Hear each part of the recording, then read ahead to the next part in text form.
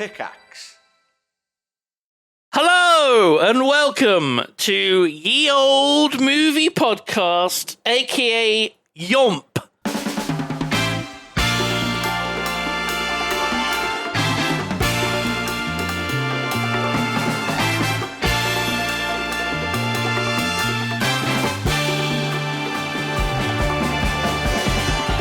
Welcome, everyone. Welcome. Welcome. Come on, I haven't interviewed. I haven't introduced you yet. Did you interview us? I will, actually. I'm Simon the Diggy Hole Man Honeydew Lane. And I am joined by my first guest, who I will be interviewing, G-Star Games. G-Star Games, is it true that you're into feet? I want to go on the record to say that I do not have any sexual relations. Nobody asked about sexual relations. All right, we'll scratch that from the record. Just ignore what I said. No, can a woman not appreciate a succulent Chinese meal? Get your hands off my penis. Yes, hi, my name is G, also known as G-Star. Hi, G. Hi, I am a Twitch streamer. I guess if you guys don't know who the Yogs are or who we are and you're just listening to the podcast, we are streamers. We're content creators. I'm so sorry. I'm so sorry. We're content creators. Who's that third voice? And the third voice. Yeah, who's that? Who is that? It's me. I'm Sophie, the Diggy Hole Man Rogerson, also known as Booth. And I am also a streamer / YouTuber / blight on the planet. Nice. Wow. Void screamer. This week, the movie is Rambo: First Blood. Rambo number 5. 1, 2, 3, 4, 5. It's a pretty straightforward movie, I guess. I think. Is it? Yeah. Yeah. This was I think the first one that just was sort of there was stuff to comment on and make notes about, but it's not anything overly complicated. This was a G pick. This was a G pick. Yeah. So I'm locked out this week. Yes. No role. It'll just be either me or Booth, and it's not been a Booth movie in a while. No, fingers crossed for you, Sophie.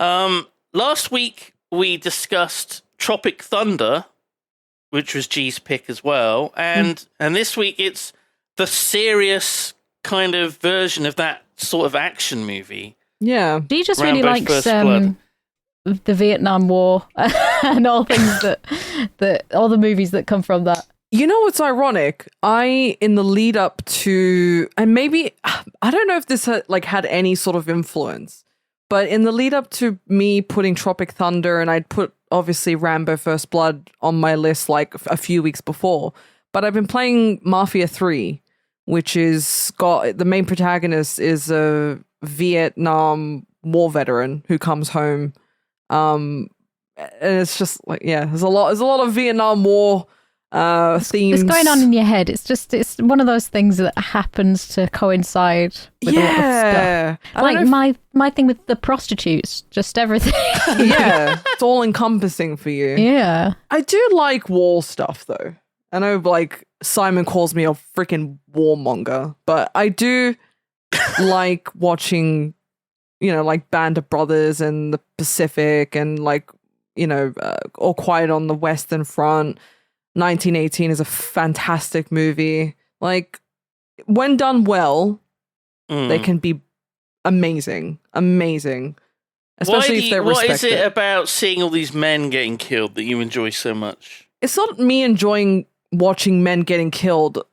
It's how, if done correctly, it shows, and this is what Rambo, which we will get into, does. It shows the consequences that war has on people, economy, mental health states, the political tensions at the time. I like guns. Booth just likes guns. I like guns. It's insane. It's, I don't like wartime stuff, but if, like I said, if they do it like correct and respectfully, They do it well, then Like 1918 is insane. I don't know if you guys have ever watched it. It's one of the best movies I've ever seen. The music. It's the one that looks like it's done in one cut, right? Yeah. But it isn't. It isn't, but it looks like it is. And the music, the shots, the acting, it's amazing. So well done. But we're not talking about that film, G. No. We're talking about Rambo First Blood today. Would you like to briefly summarize Rambo First Blood for us? Sure. So his name in the movie is John Rambo. He's fresh off the plane coming back from the war in Vietnam. Is he actually like fresh off the plane coming back from the war? Because been a couple of years. Yeah. So. Oh, is it? So I was going to say, well, his friend, big spoiler instantly, he's going to a town and he's going to try and find his friend, but his friend's died of cancer. Right. Due to Agent Orange that they were spraying around in the war. So I don't think you can just kind of... I think it develops that quickly. I think it's because he said, and I misunderstood it, because he was like, oh, when I got off the plane and they're all protesting me, and which is another thing. But yeah, it made me think it was a lot sooner than it actually was, but I guess it was a couple years. So yeah, he's looking for his friend, or he's looking for a couple of his friends from his unit, and he's going around to, I guess, the places that he thinks that they've settled into, which again makes more logical sense after coming back from the Vietnam War. And I guess like one of the last ones he's yet to find is the guy that died from cancer from Agent Orange. And there's a cop doesn't like the look of this this guy. Don't like drifters. He don't like them. Don't like vagrants. Don't like drifters. And takes him in his lovely new town. His lovely, well, not new town. His town of hope. Town of hope. Yeah. They don't like ruffians. They don't like drifters. Yeah. No drifters. No vagrants. No. They like it peaceful there. And he just doesn't like the way he looks, and he takes him in. Fuck off. Well, tells him to. He tells him to fuck off, but then he doesn't fuck off straight away. So then he arrests him. Yeah, and that's where shit quite literally hits the fan. Yeah, because there is a shit and a fan, and then the shit goes in the fan. It goes in the fan, and the people go everywhere. And then it's just like action, chaos, explosions of him trying to. What he does is to summarize, he has PTSD, flashbacks. He's in a situation which exacerbates these. He fights off a lot of the cops, and he escapes into the mountainous region around the town, and then there is a big manhunt. But they don't know that John Rambo is a beast. He's a Green Beret. He's a Green Beret, yeah. He is a war hero. He's got the Congressional Medal of Honor. He's a war hero. So basically, they're up against this absolutely just full-on killing machine with PTSD, and they're trying to bring him in alive mostly. But they won't complain if he's dead, I guess. And it's about his survival there. Trying to stay alive and get one over on these small town cops. Naughty cops. Yeah. Yeah. So we can go through, I guess, like we usually do. Just a bit of a rundown. Scene by scene. A little bit of a scene by scene. In order to try and keep myself engaged with the film, I have, I think, 5 pages of notes. Wow. That's good. I didn't. I missed 2 pages out of my notebook. No. Oh. You just have to fill them in now. I didn't feel like I said, this one was one that I didn't feel the need to make sort of consistent notes on, because I guess it is straightforward. And it is very, very simple plot-wise. Yeah, very simple plot-wise. And a lot of it is just very regurgitated, me being very angry at the police that are like hunting him down. Because I guess when we go through it, you'll see it's just nonsense. Like the whole thing is nonsense. Like the reason why they're even going after him in the first place, it just boggles the mind. They just escalated the situation for no good fucking reason. No, and they brought a war down upon themselves. Yeah, for a one-man war. Yeah, it just infuriated. I just felt like, and again, we'll get to that point, but I just felt like I feel like they should have had a better reason why they were going after this guy. But I guess it speaks to the whole reason as to why a lot of people had bad feelings about the people who fought in the Vietnam War, I guess. So I guess it doesn't really... That's kind of the point. Yeah. So if John Rambo had killed a kid at the start of the movie, it would have been a different film. But instead, they're going after him for pretty much no reason. No reason. Actually. Yeah. He looks so young. Yeah, we'll start at the beginning. He looks so young. And the shots are wonderful as well. I think they're in... The location shots are great because it's in the Pacific Northwest. British Columbia, I think. Yeah, I said I would live here. Where is this? Yeah. So it was filmed in British Columbia, but I don't know whether it was set in America. It's set in America. Yeah. With an American cast, but then when the National Guard come in, there's some very Canadian accents that are here. And I'm like, that's strange. Yeah. Because, they're the National Guard of which country again? Yeah. Just generic. Okay, from the top. First of all, the film is officially called First Blood.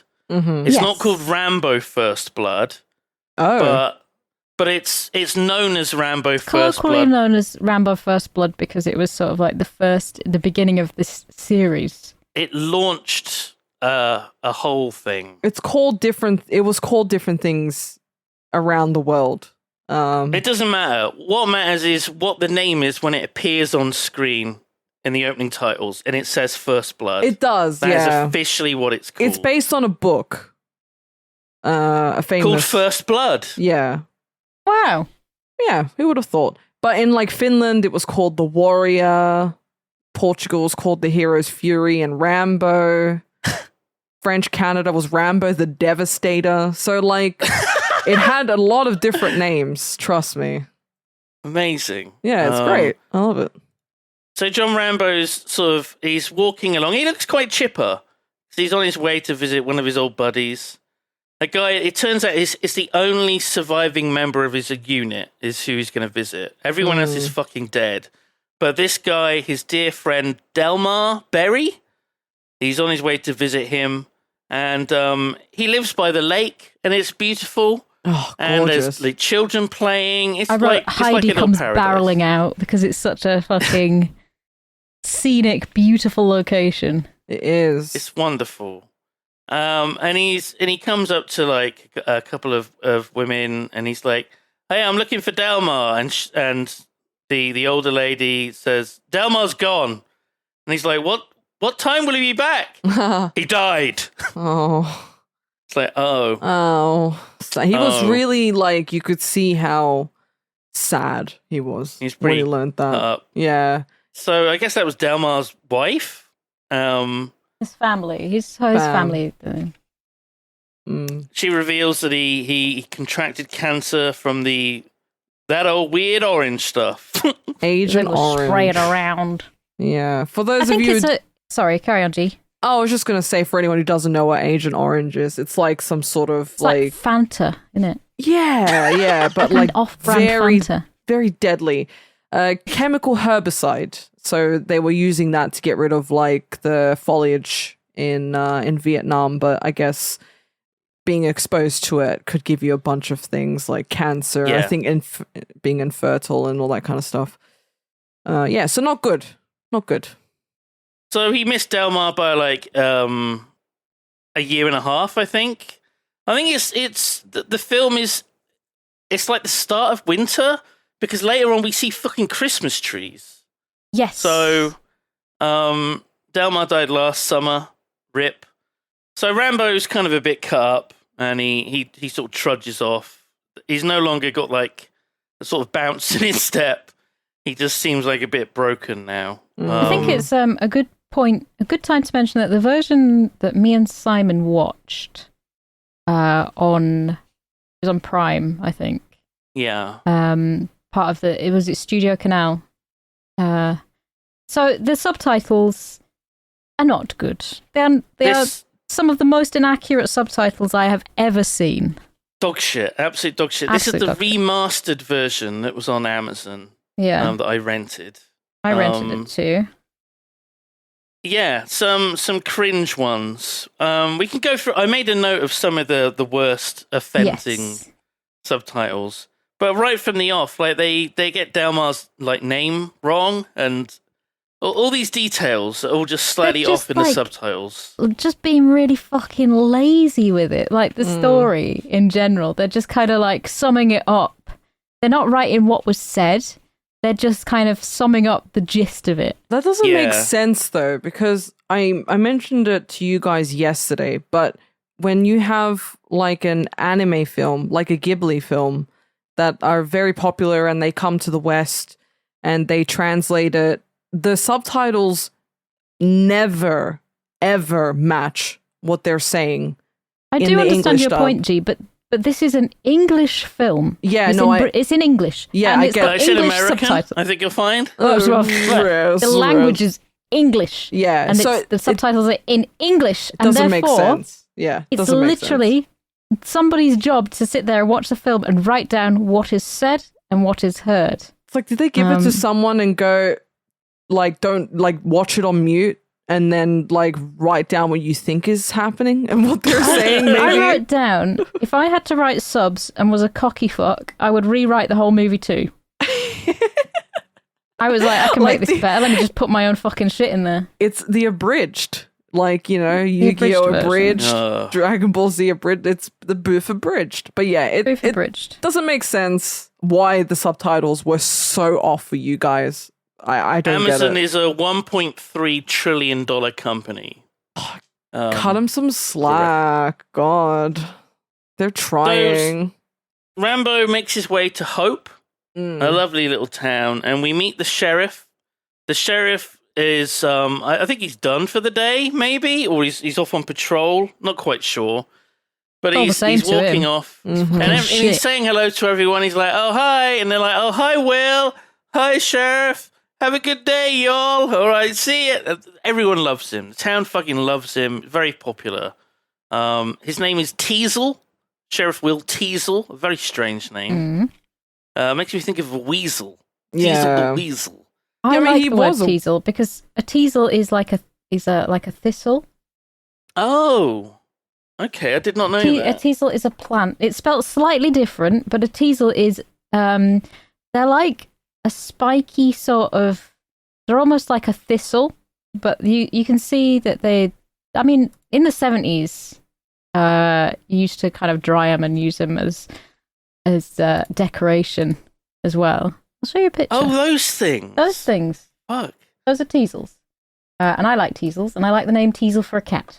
It's a beautiful name. Good. Yeah, that's a good name for a cat, honestly. Cute name for a cat, but this guy's a dickhead, and he's more of a weasel. But he's very popular. People because love him. It's small town syndrome, right? You've got the cop, and like the cops are very friendly with the locals, you know, going to the diner, all that bullshit. So very small town, very like small population, and everyone gets along with each other. Bullcrap. So anyone who's a stranger or an outsider, it's like, whoa, clutching at pearls. Brian Dennehy is playing the role of Teasel.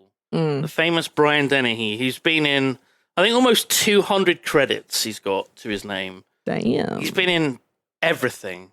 And he's driving around in this car and he sees this dirty, miserable-looking man. He didn't even look dirty. Like, he called him stinky and stuff. He looks stinky and dirty. He's filthy. Get a fucking haircut. Sage advice: get a haircut and a bath. Yeah. But he tells him to subtly fuck off. He's like, we don't like vagrants, we don't like drifters. You'll be much happier. Which way you're headed? Let me take you there. It's like that's the sort of thing. Like, oh, shall I show you the door? Yeah, I'll show you the door. Exactly. That's what I was thinking. He doesn't want Rambo to stop in the town, so he wants to just escort him to the other side of town so he can continue. He saw the jacket. Journey. He saw the jacket and was like, obviously you're one of those veterans. You're in trouble. Yeah. So judged him straight away, and but like the entire time I was just thinking, like, don't they like pride themselves in America being a free country, right? Like, oh, free my freedom, and like just let him. He's not doing anything wrong. He's just literally walking around. He just wanted a bite to eat in the town. Literally, this all started because he was hungry, just wanted something to eat there. Yeah. Like, what the fuck, man? They have a very, very tense conversation in the car and Rambo's like, don't push me. He's like, don't push me. And, yeah. The sheriff drops him off on the other side of a bridge past, out on the outskirts of town. Rambo just like has a think for like 2 seconds and then starts trudging back towards the town. The sheriff sees him in the mirror and he just does a U-turn and says, why have you got to do it? Why have you got to be like this? Why are you doing it this way? Why are you making things hard for yourself? I did wonder, like, now that you mention that, like, why did Rambo go back? Like, he has like no ties there. I guess he just didn't like the way he was being treated. He just wanted to eat, and he was just like, I just want something to eat. Where can I get something to eat? Nothing around here. What the fuck? Just eat me, please. Yeah, but literally, he just wanted to eat some food, and he didn't. The towns there, I guess, are spaced quite far apart. Yeah. And it's cold and miserable. Yeah, cold, and he just wanted some food, and no, I get it. It just, like, if I was treated like that, I guess I would have been like, fuck you, sayonara. But I mean, like, he doesn't have a car, he doesn't really have a means of transportation, so he's like, like, screw this cop. Like, I'm gonna go get myself some food, and I guess he didn't like the way he was being treated, which honestly, fair enough. But the sheriff is just such a little fucking bitch during this. He is. I know, like, he's just asking for trouble, and he arrests Rambo for vagrancy. He searches him and finds a giant fucking knife, much like any British person carries with them 24/7. Always, yeah. So I don't understand why that's a problem. I like how in the credits, the knife was designed by someone. So they got someone to say, I want you to design a really fucking cool knife that's cool.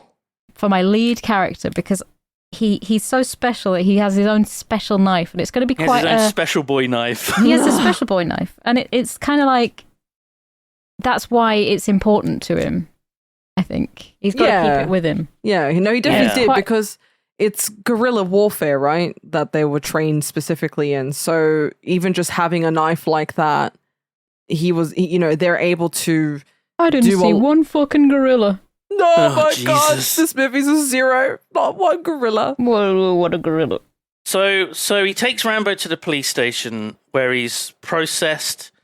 Rambo's like watching everything like a fucking hawk. He's got perfect sort of situational awareness. He's like taking everything in. They take his knife off of him, and he like notes where it's put. They ask what his name is, and he has like a fucking flashback to Vietnam, just for a brief moment. When he's looking out the window with bars on it. Yeah. And then they go to grab his dog tags to try and identify him, and he grabs David Caruso's arm, and that's when things really do start sort of. From that point on, he's fucked. Yeah. From that point on, he's fucked because he's resisting, and he's having PTSD. Flashbacks and. Yeah, exactly. So he's like, it's just ramping up for him because he's obviously under a lot of stress, The deputy is Art Galt, and he is a real fucking piece of shit. Oh, he really is. There are very few people in this that aren't a piece of shit. There's a lot of David pieces Caruso's of shit. not bad. His character's not terrible. You know, there are cops that are much worse than others. Yes, and Galt is like the real worst of the bunch. Oh, David Caruso, the CSI Miami man. That's the note I made. Yeah. Did you ever see the movie Gold Coast as a side note? Or am I the only one? No, I don't think I've ever heard of it. Okay. I had that on VHS. Well, my parents had that on VHS, and it was just such a weird movie. I think it's like Miami based, but yeah, he was in that. But yeah, it's a CSI man. Wow. And Rambo's got a hold of his arm, just holding onto it like real strong. Gonna break it. And Galt just threatens to smash him in the fucking face with his truncheon / nightstick thing. Oh yeah, that dialogue was so weird. I like how it was like, what do you hunt elephants? I'm like, really, motherfucker, with that tiny...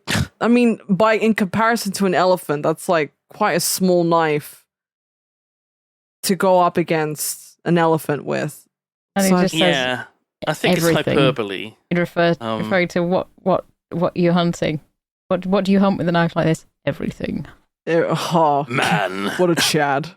The greatest game of all. Man. So they rip the dog tags off of him and they see that his name is Rambo John J.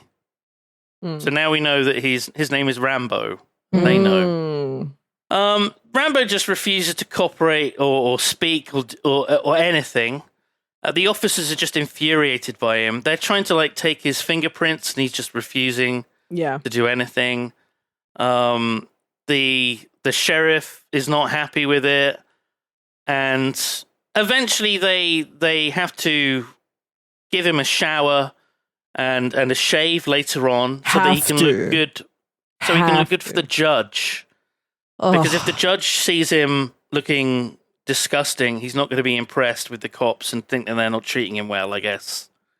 Sure. So they have to make him look pretty for the judge.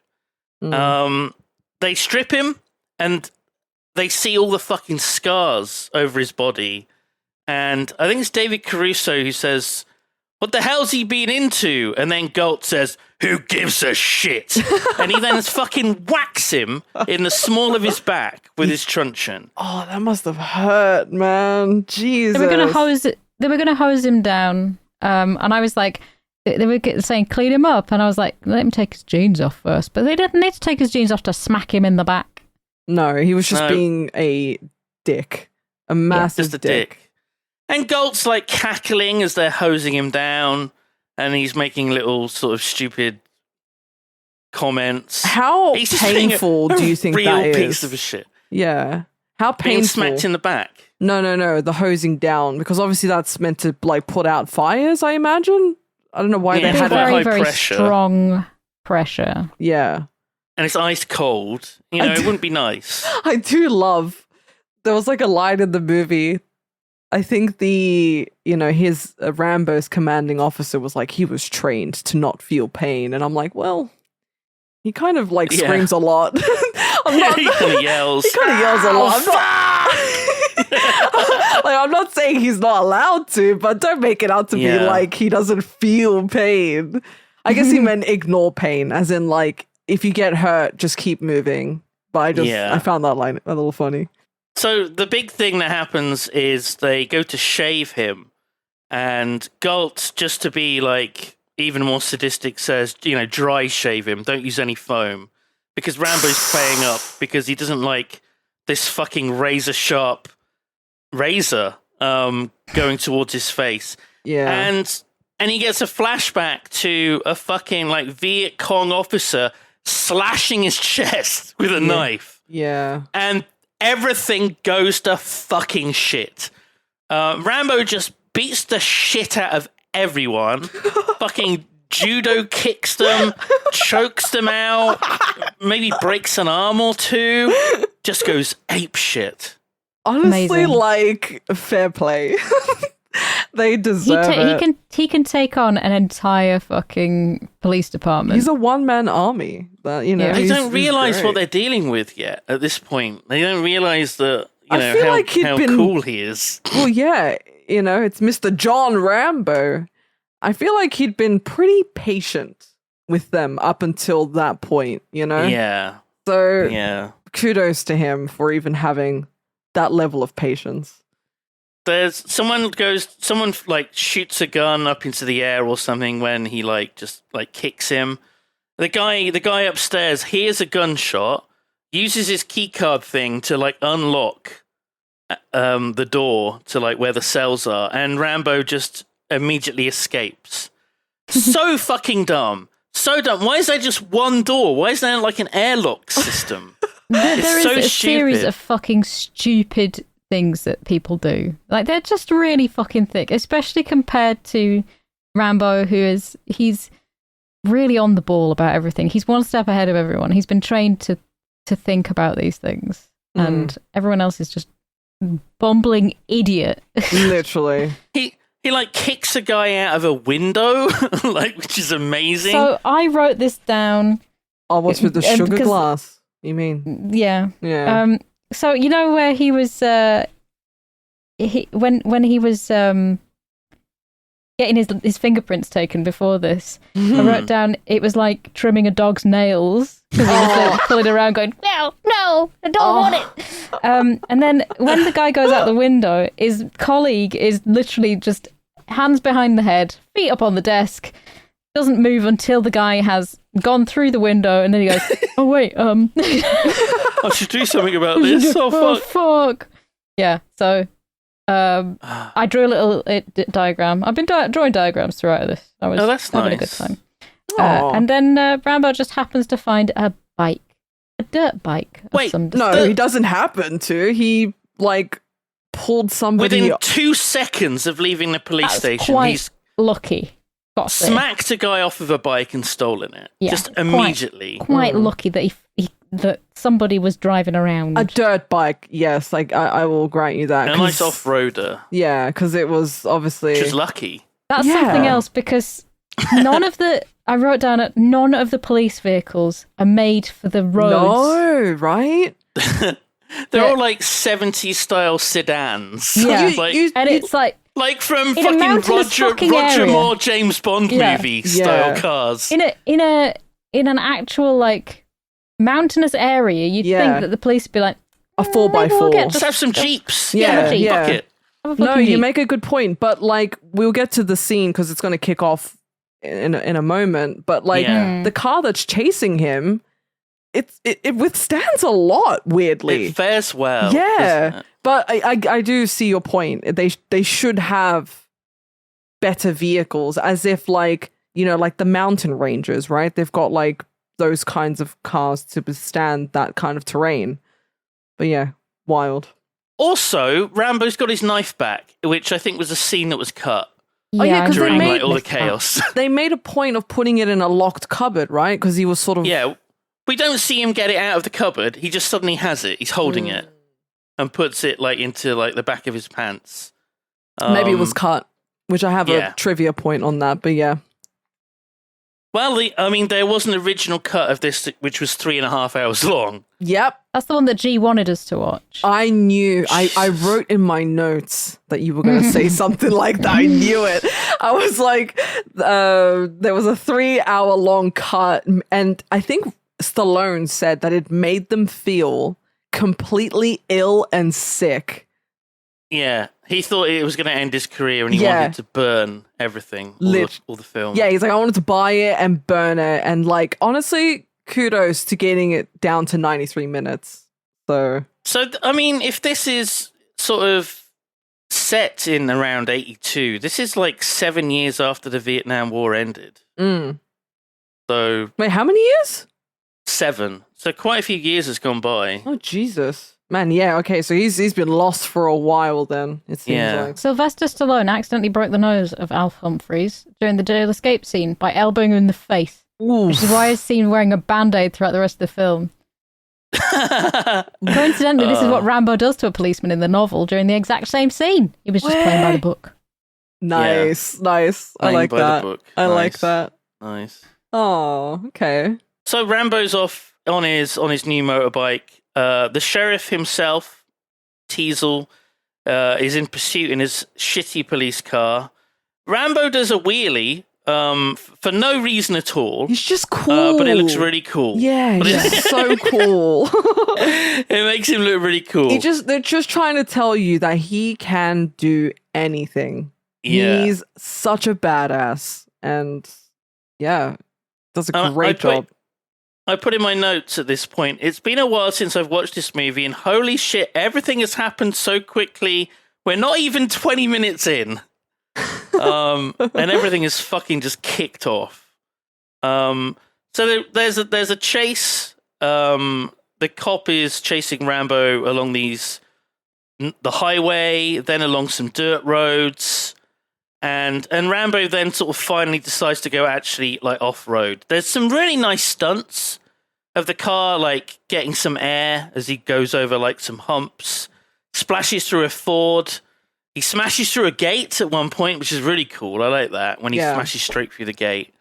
They're like realistic level stunts at this point of the movie because it's still quite low key. Things sort of escalate as it goes on. But I appreciated that it was like a realistic level. Yeah. Like I could kind of buy what was happening at this point. It looked good. I will say that the stunts of the car and the bike, and it didn't look over the top in terms of being able to believe that these things. It didn't look like film fake fuckery stuff. Yeah, it looked like legit. It looked very, very well done. So props to them for that. So they're like driving off road. The sheriff he fucks up, but he ends up rolling the car down a creek. Oh, I was cheering when that happened. I was like, Rambo gets away, but not very fucking far because he flips the bike going uphill on some stone. I don't know why. I guess because it's part of that part of the story, but I was like, just pick it up and, go back up the hill and just get back on the bike. But I guess it was getting too unpredictable and too steep at that point. So you just sort of had to abandon. Yeah. And I don't think that bike would do well amongst, all the tree roots, the thick, foliage. Yeah. Foliage. Foliage. So he just goes off on foot. The sheriff decides not to follow him, but to get back up. But he's yelling and he's like, you fucker! Get you fucking bastard! He's like yelling into the trees. Rambo finds a scrapyard like immediately. Sort of takes a breath, gets a bit of wire, gets like the shittiest, scrappiest bit of tarpaulin you've ever seen. And he starts making a coat out of it. I was going to say, because before that, they'd obviously stripped him down, washed him, given his clothes back, but not his jacket. And he's got his vest. Poor bastard having to withstand that cold temperature. Yeah, especially on the bike, which it's cold wind and you're getting hit in the face with it, and it's so much worse. But God, imagine filming in those conditions. That would have been awful. Caveman invent clothes. I hope he had a nice thermos with some hot cocoa. I think they would have looked after him reasonably well. In between takes, but he obviously still had to roam around. Oh shit! There is a bit of trivia that I didn't actually write down, but I remember it now. Where Sylvester Stallone, the actor, who we even said his name so far. Oh, that's who even said and you Sylvester Stallone in this movie. I don't think we have. I have. Isn't that insane? I've said Stallone. No, you definitely hasn't. You definitely haven't. I have, and I can bet everything. Prove it. Well, I'm going to have to listen back, but I'm pretty sure I've said Stallone at least once. So the bit of trivia is that Stallone was in these conditions. He's like in a river out in the freezing temperature. He wasn't sick at all until he had like a shot of brandy that was given to him, and then that made him ill. So weird. What? Oh, bugger. He's just not used to his booze, I guess. Same. That's why I didn't write it down, because it's weird, isn't it? Like, what? I think he just drank it too quick on an empty stomach and threw up. That's probably what I imagine happened. Yeah. It wasn't like a proper sort of like, oh, now he's got flu just from fucking drinking brandy. That's not how it works. No. I don't think flu would survive in the alcohol. No. Anyway, maybe on the glass next to it. Maybe if he like licks his fingers. So the sheriff is getting back up. He orders to get Orville. I wish I could fly. I knew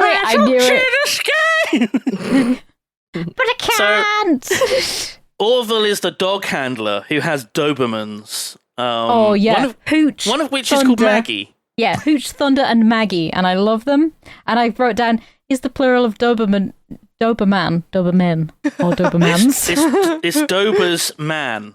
Dober's man. It's like attorneys general and passers-by. Right. It's Dober's man. I love them. They were very good. They were very clever. You knew what they were doing. Well, they weren't that fucking clever. They were very clever. They shot? They were trying the best. They're all fucking little mans. I love them.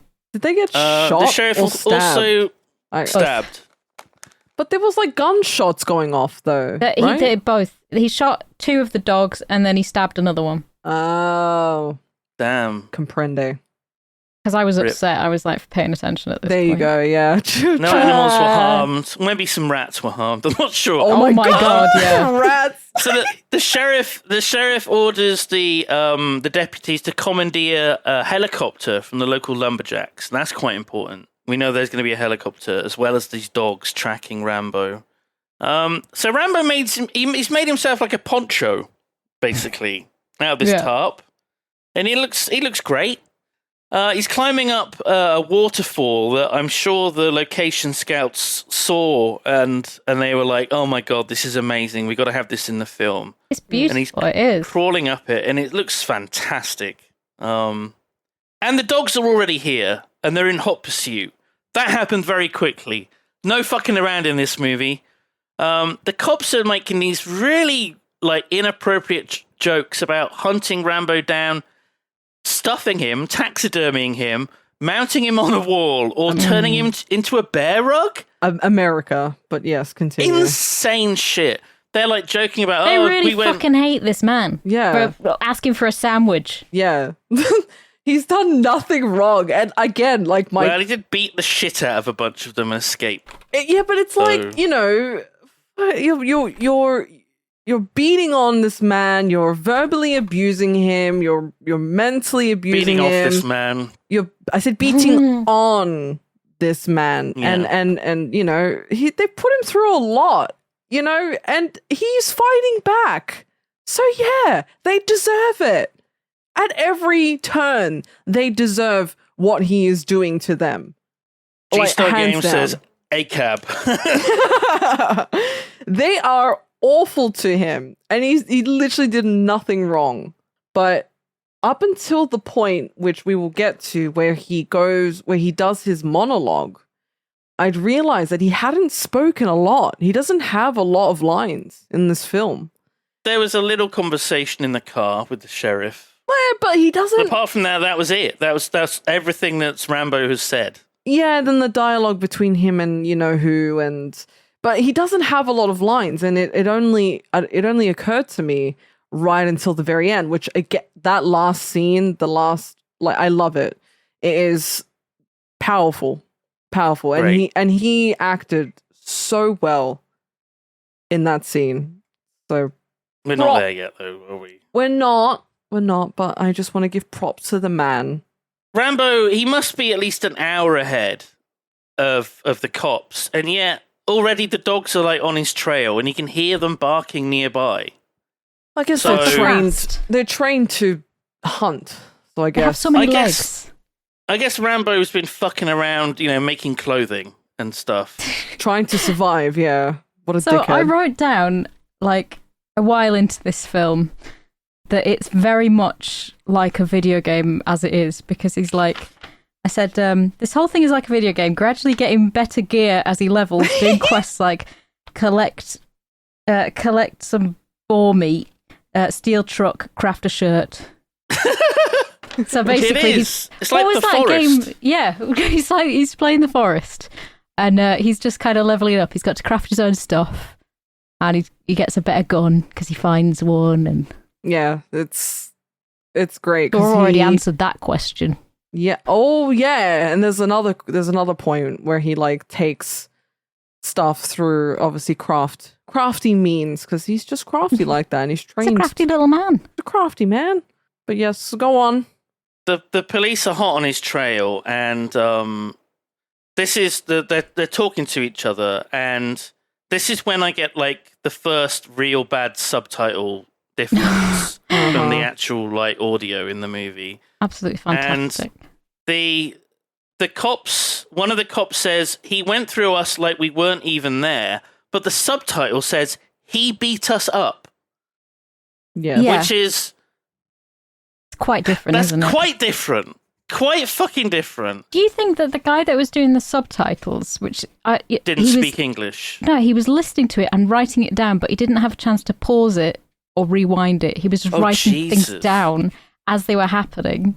Maybe because he's paid like $2 a day to do his job. He's got to do so many Amazon, fucking a $1.3 trillion company. Yeah, do so many subtitles. That's their pee breaks. The bottle's like tied to his thigh, so he doesn't waste time. Yeah. I don't know. Maybe, like I said, he's like watching it on mute, and he just had to sort of guess. Lip read. Yeah, lip read. So the dogs are following the musky, manly scent of Rambo, and he's running from them. And oh no, he's on the edge of a cliff. Oh no! God!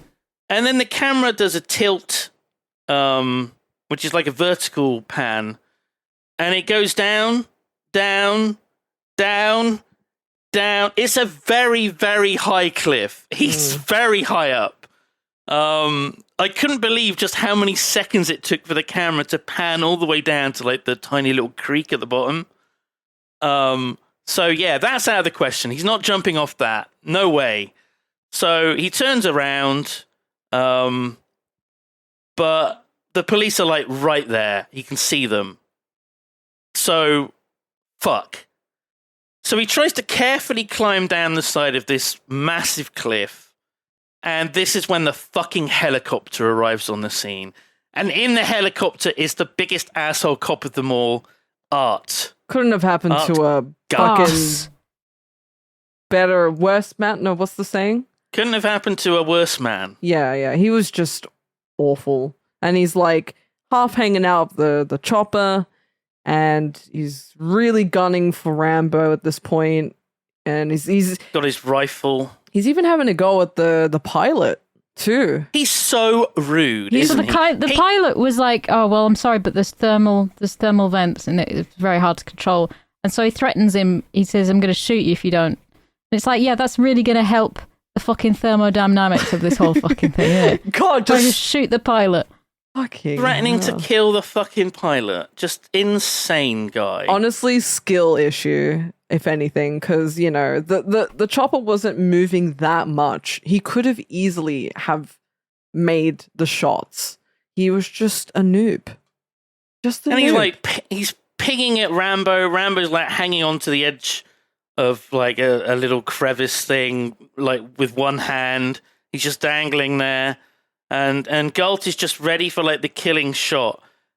And then Rambo just like pushes against a cliff, pushing himself like backwards, clear of like the rocks. And this is an insane move. Like, this is like desperate scenario. So he throws himself clear of the cliff. He ends up in a tree, thankfully, that breaks his fall. He's like smacking through the branches. He goes, ah! He breaks his fucking arm or like slashes his arm open. Pretty bad. He falls a very long way and hits a lot. But granted, obviously, better to hit those things down along the way to break the fall. Otherwise, you're dead, right? Yeah. I think when they filmed that, he actually did break his rib. Oof. Yeah, so... And the yelling was real. Oh, it's like when Viggo Mortensen breaks his toe. Yeah, holy... Did you guys know that? Did you guys know that when Viggo Mortensen kicks the helmet, he actually... But yeah. Oh my god. Yeah, I thought that was pretty brutal though. Like getting a broken rib doing that, but he's pretty fucking hardcore. Pretty Rambo hardcore, he's badly injured, he's winded, he's like sitting against a tree trunk, he's in agony, he doesn't have a gun, he's wearing a shitty poncho. Freezing and yet the temperature. fucking deputy's still fucking shooting at him. And Rambo's like peeking around, and he always gets fucking shot in the face like an idiot. It's looking real bad for Rambo. But then he sees a rock, he picks it up, and he rolls a dice, and it's a natural 20. He smacks the windscreen of the helicopter with this rock. The pilot just sort of like panics. The helicopter jerks to one side. Oh, the best part. Yep. Galt just fucking flies out of the helicopter because he's half dangling out of it with his rifle. He just flies off, falls to the ground, just smacks to his death against the rocks. He's fucked. Yeah. Absolutely fucked. Dickhead McGee is no more. And I was like so happy at that point. I thought he was going to take his jacket from him, but I don't think he did, right? No.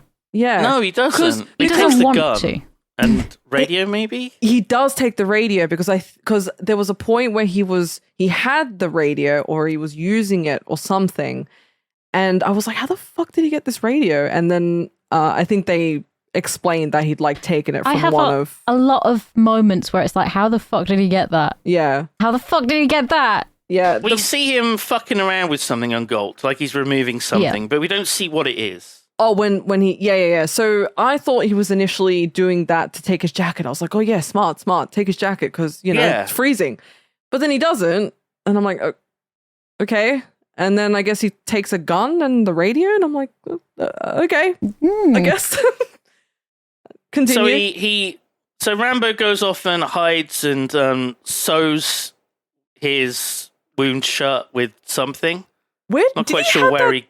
Did he have that stored in his knife or something? Maybe. Because I think... knows. Because I saw There's a compass in the knife as well. Yeah. So who fucking knows? Well, who knows? The knife has like a little like pocket, little combat sort of type pocket on it, I think. So I think in where you hold it, the handle, it has like a little compartment and stuff like that. But I always like saw him tilting the knife around to like take stuff out, and then he pulls out the thread and needle, and I'm like, oh my god, dude, Jesus.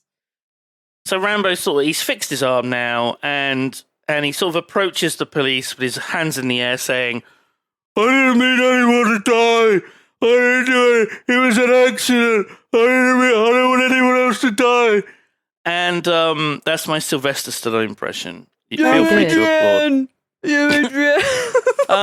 So he's surrendering with his hands up in the air, and the police just open fire on him. So he legs it. And it's at this point when the police are sort of gathering their thoughts and like figuring what the fuck to do, looking at Galt's body, that it's revealed. They get some intel. John Rambo is a Vietnam vet. The guy says he's a Green Beret. Green Beret. He's a Green Beret. He has the Congressional Medal of Honor. Guy's a war hero. And of course, Teasel, the sheriff, doesn't see this guy as a fucking hero. Well, he calls Rambo a psycho. Yeah. Says that he's going to kill him. I'm going to pin that Congressional Medal of Honor on his liver. Yeah. He's very unhappy. He takes a second to contemplate, what this is, what's happening and like, is it worth pursuing? But it's like very short lived. And he's like, yeah, I don't give a shit. If he's a Green Beret, I'm still gonna fucking nail his ass. He's going down. But yeah, I just thought it was wild.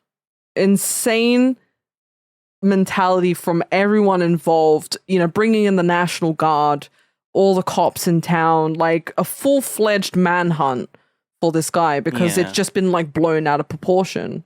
I think my favorite part keeps escalating. Yeah, it just keeps getting worse and worse. And I'm just thinking, like, you know, was it a slow day? Did they like want this? It's a small town. There's not a lot going on ever, usually. Yeah, but he's like, we like it. He goes, we like it boring. We like it quiet. And then why are you doing this, you crazy asshole? Exactly. So I'm like, do you though? Because it just seems like you're on a power trip and yeah, you've just got a hard on to take this poor guy down who's literally done nothing wrong. But, you know, America. I did like how they were more, going back to the knife thing, he was more offended, or they were more offended at him having that knife as opposed to people being able to walk around. Yeah, like people being able to walk around with like intense firearms, right? So I just thought that was bizarre. Like, oh my god, what was this knife for? Clutching at pearls. Crazy stuff. Yeah. So we have the most unfortunate subtitle error of the movie. Oh, I love it. It was just incredible. How did this even happen? The cops, tensions are high amongst the cops. You know, they realize that they're dealing with a pro here, and they're probably in deep shit. And one of them has died, and the subtitles do not reflect the actual audio. The audio is, are you afraid of the boogeyman, you pansy? But the subtitles read, are you afraid of the black man, you pansy? Yeah. So instead of boogeyman, it says black man. Sylvester Stallone is not black, for the record. I don't think there is a single black person in this film except for the family at the front of Damar Berry. Oh, yeah. That's a good point, actually. I think that's true. So it's getting dark. There's a storm. The cops are pretty much relying on lightning to see shit. And they think that they see Rambo. This is great. They set the dogs loose. There's your dinner, sweethearts, says I Orville. love them. Good boys. Good boy. Some rounds fire off.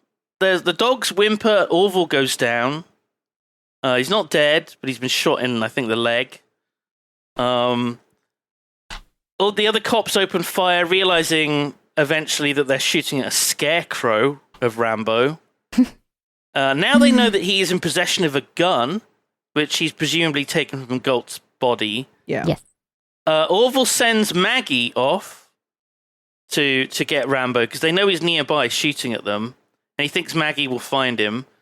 And it's then that she jumps over a log. We hear a whimper along with the sound of like wet stabbing, like a knife going into. Oh, I don't know. Say a dog. Melon. A dog, yeah, like a knife going into a wet dog. It's a horrible sound. Yeah, and Maggie's fucking dead. Aww. She's gone. Rest in peace, Mags. The cops realize that they've got all these guns, but they don't have a first aid kit to take care of Orville. So good work, everyone. They seem to think that Rambo's out of bullets because he stabbed the dog instead of shooting it, which seems like a bit of a leap of logic. Again, this is just the stupidity of these cops, you know? Yeah. If you can kill a dog with a knife and save a bullet, you would. Yeah, you would. That's training. That's training. He would have had as a green beret. Green.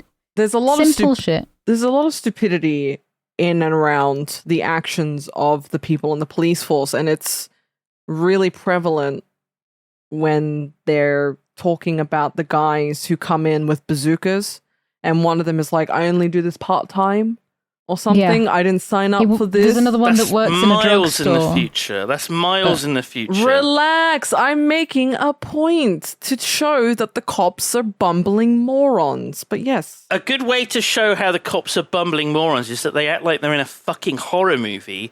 They decide to spread out. I mean, so that Rambo can freely take them out individually. They are kind of in a horror movie. Like, I wouldn't want John Rambo coming after me. The man is a trained guerrilla fighter. I don't want that. Fight loads of gorillas all at once, and G is just a simple gorilla. She doesn't want Yes. to have Rambo on her back. I want to fight wife. We fight wife. Wife fight back. Oh, Wife gone. Wife gone. Regret. all my wife's gone. All my apes is gone. All my apes gorillas is gone. But yeah, I don't want him after me. And he's not even, this is what I find interesting, because I think this was revisions within the script, and the script went through a lot of revisions, I've learnt, that he doesn't actually kill anyone. He's just like incapacitating them. There's a lot of big explosions that happen later, and I'll be very surprised if someone didn't fucking die. Very surprised. A cop car blows up at one point, and I'm pretty certain at least one of the cops in that car's dead. Yeah, well, I don't think he's like... It's like Batman. Yeah, I was gonna say, yeah, Batman is like, I don't kill anyone, but like... John Rambo's Batman. All of these explosions are like, well, someone's getting caught in the cannon, somebody's cannon fodder at this point, but I think he's trying not to, at the very least. He's sort of like... He's trying to non-lethally sort of disable the people following him. Yeah. Take them out of action rather than killing them. I guess it would just give them, if he's going around killing them, it's giving them more fuel to fire. But I guess they already do think that's the case anyway because of how What's-His-Chops died, the guy who fell from the chopper. But they think that he killed him, right? Because they weren't there to see it. So they just think he's obviously out for blood. But I'm like, no, he died because he's a fucking moron. He fell out of a chopper trying to use a rifle while he was like half hanging out of it. But yeah, I think I kind of respect that he's not like trying to kill them, because yeah, it would make him look a lot worse. And the fact that these cops are all spread out so that Rambo can physically take each of them on individually. Madness. David Caruso gets stabbed in the leg. Rambo's like hidden in the ground, covered in leaves. I love that scene so much. Because you can just see him on the floor, and it just like springs out of nowhere. It's fantastic. He's got leaves all over him now. His poncho's got leaves on, so he's well disguised. Yeah. Another cop's walking by, and he's like on top of like a really tall sort of tree stump, and he jumps down on him. There's a guy that is just walking by, and he gets trapped between two branches that have got spikes on them. That's probably the worst one. I think I made the best joke in my notes here. The J in John J. Rambo stands for jump scare. Jump scaring everybody. It's great. So he takes them all on one by one. They're all like yelling for the sheriff. And the sheriff's like panicking, sort of deciding which guy to go after. Amazing. He eventually comes across a guy who's tied to a tree with like this wire around his throat so tight that his neck's bleeding. It's, oh God, it looks an uncomfortable position. And Teasel's staring at this guy, and he doesn't see Rambo just appear next to him. Rambo's got his knife against the sheriff's throat. And we get one of the greatest monologues, apart from the ending, from Rambo. Rambo says, shall I try and do the voice again? Oh, yes, God. Please. I could have killed them all. I could have killed you. In town, you're the law. Out here, it's me. Don't push it. Don't push it, or I give you a war you wouldn't believe. Let it go. Let it go. Can't hold back anymore. Let it go. Let it go. Turn away and slam the door. I don't care what they're going to say. Let the storm rage on. The cold never bothered me anyway. Holy shit. I just phased back in at the end of that, and I just realized he was still singing. Holy shit. I really have learned. So he says, let it go. And the joke is, it's like from the song from Frozen. What? No. I wrote that down too. Way. I don't believe it. Can you sing it again? I didn't quite catch it the first time. Well, you're just going to have to re-listen to the audio in your own time. What a shame. Anyway, that's my moment of the podcast. I did not think I'm of glad Frozen. you both enjoyed it so much. I phased out. It sounded like white noise to me, but Fantastic. That's good. I hope you enjoyed it, Biff. Yep. Yeah, Biff loved it. Thanks. I appreciate the support from my two dearest friends. Thanks. Let's give him a round of applause. Nice. So the whole thing has turned into a bit of a fucking circus. All the injured cops are being loaded into ambulances. The media are there. Television cameras are there. Reporters are asking awkward questions. A TV reporter is doing a little piece to the camera, and he says they're looking for the former Green Beret, John Rambo, who allegedly killed a deputy and tried to kill 6 others, which is not true. I know. And only the It's a police's lie. skilled training saved their lives. I laughed my ass Only off. their skilled training in police enforcement techniques saved their lives, is the line. Absolute fucking horseshit. The fucking audacity of the police to feed him that line. I know. Those motherfuckers. I was like, that's typical, like, that's journalism at its peak right there. Complete lies and nonsense. Parroting what the cops say. Yeah, it's just ridiculous. But I laughed at that. I'm like, yep, that sounds about right. And he ends by saying, word is the fugitive will be in police custody within a few hours. Yeah, bet. Which is optimistic. Very, very optimistic. But they think the sun shines out of the police force's ass. So I guess they're like, yeah, they'll get it down in no time. It's easy. But yeah, he finds like a abandoned mine, I guess. That's eventually. What? Or is this like a little bit too? He does. That's miles ahead. I don't think it is because he finds it is. No. Yeah, it is quite a long way in When the does he future. find the deer to eat? It wasn't a pig. Deer. It squeals. It's a pig. Oh, it was. Oh, okay. I thought a deer made a like little that more when sense. he kills but... it. The colonel shows up. You're missing all this. All right. Yeah. The colonel right. shows up, and the colonel's like, "He's my boy. I trained him. I lived with him. I kissed him." There's a fantastic line. Oh, the kissing line is later. Yeah, I know. There's the fantastic line where the sheriff's saying, what possessed God in heaven to make a man like Rambo? And then this mysterious figure appears and says, God didn't make Rambo, I made him. I love that line with all my heart. It's fantastic. And he keeps saying that he like it's his, and I wrote down, owning a man is slavery, Colonel. Can't own Rambo. Can't own Mr. John Rambo. Who's the boogeyman? So this is Colonel Troutman, which is a strange name, but it's not spelled like the fish. It's got an A in it. He says, I don't think you understand. I didn't come here to rescue Rambo from you. I came to rescue you from him. He just basically bigs up Rambo and says, Rambo's a badass. You're all fucked. This is when Rambo kills the pig. We have the quick shot of him murdering a pig and carrying it back to... He's got like a shelter. I don't know when he had the time to make this. But presumably he's going to cook this pig somehow.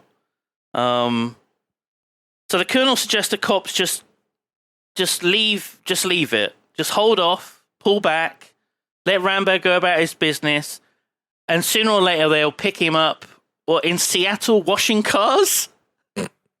I thought the state was Washington. Not washing cars. Not washing cars. Yeah. That's so bad. Was it I the think that's subtitles? worse than any of... No, I think it's Booth making a joke. It's a joke. Oh. Booth making a joke. A joke. Oh, I thought this was like a whole like subtitle thing again. I'm like, It's a joke. I'm sorry. It's a joke. I'm sorry. Fuck's sake. I'm sorry. So the sheriff just refuses to hold back. He's got 200 men here against one man, and it can only end one way. And then the colonel says a really inappropriate joke about him making sure he's got enough body bags, which seems fucked up. Yeah. So the National Guard are here now, which are like army reserves. They've all been called into action, including our guy who works at the drugstore, it turns out. I do want to know, I guess this obviously for them constitutes as a National Guard response, but I want to know what constitutes National Guard coming in. When you just need, like, the manpower, you need hundreds of men to respond to find someone. Are they like a manhunt? Military? Are they cops? The army reserves. Okay, comprende. I do so like if there's another one of the war, guy looks like the guy from Spaced, Mike from Spaced. It was based on this character, I think. It could be, but he is that character pretty much. He is that character because in Spaced, which is a comedy with Simon Pegg, and it's got Mike Frost who plays this territorial army. Oh, what did I say? Mike Frost. Oh, that's Mike. He plays the guy called Mike. Nick Frost, who plays a guy who he really wants to be in the army, but he can't. He's in the territorial army, which is like the National Guard, and he doesn't get promoted ever because he stole a tank and tried to invade Paris, and basically he's just always in the war zone in his mind. Aww. He brings a landmine to a party. He's always talking about protection, etc. And he looks exactly like the guy with the mustache and the glasses with the rocket launcher from the National Guard in this film. This is the bit with the radio where the sheriff wants the colonel to talk on the radio to Rambo. They've been talking to him the whole time. They know that he's stolen a radio and he's listening in. Yeah. But if Rambo breaks radio silence and starts broadcasting, they'll be able to triangulate his position. Yeah. So they need him to respond, and they think the colonel is their best bet. And the colonel starts talking, and he says, "Troop leader calling Raven." So we know that John Rambo's code name in Vietnam was Raven. Pretty cool. Which is wild to me. What? That's so Raven. That's so Raven. That's the future I can see. Wait, why is love That's so Raven? It's so good. Why is that wild to you? Why is the code name Raven weird? It just doesn't look like a Raven to me. What would your code name be? My code name? That's a great question. I think Tiger. You're more of a beta to me. A masturbator. I'm sorry. Cursecraft insults are seeping into this podcast. Okay, we're in the YOMP headspace, G. My code name is Malakas. Nice. I respect that. There we go. Code name What Malaka. would your names be? What's your code name? G would be Toenail. Yes. Toenail? Yeah. Yep. Operation Toenail.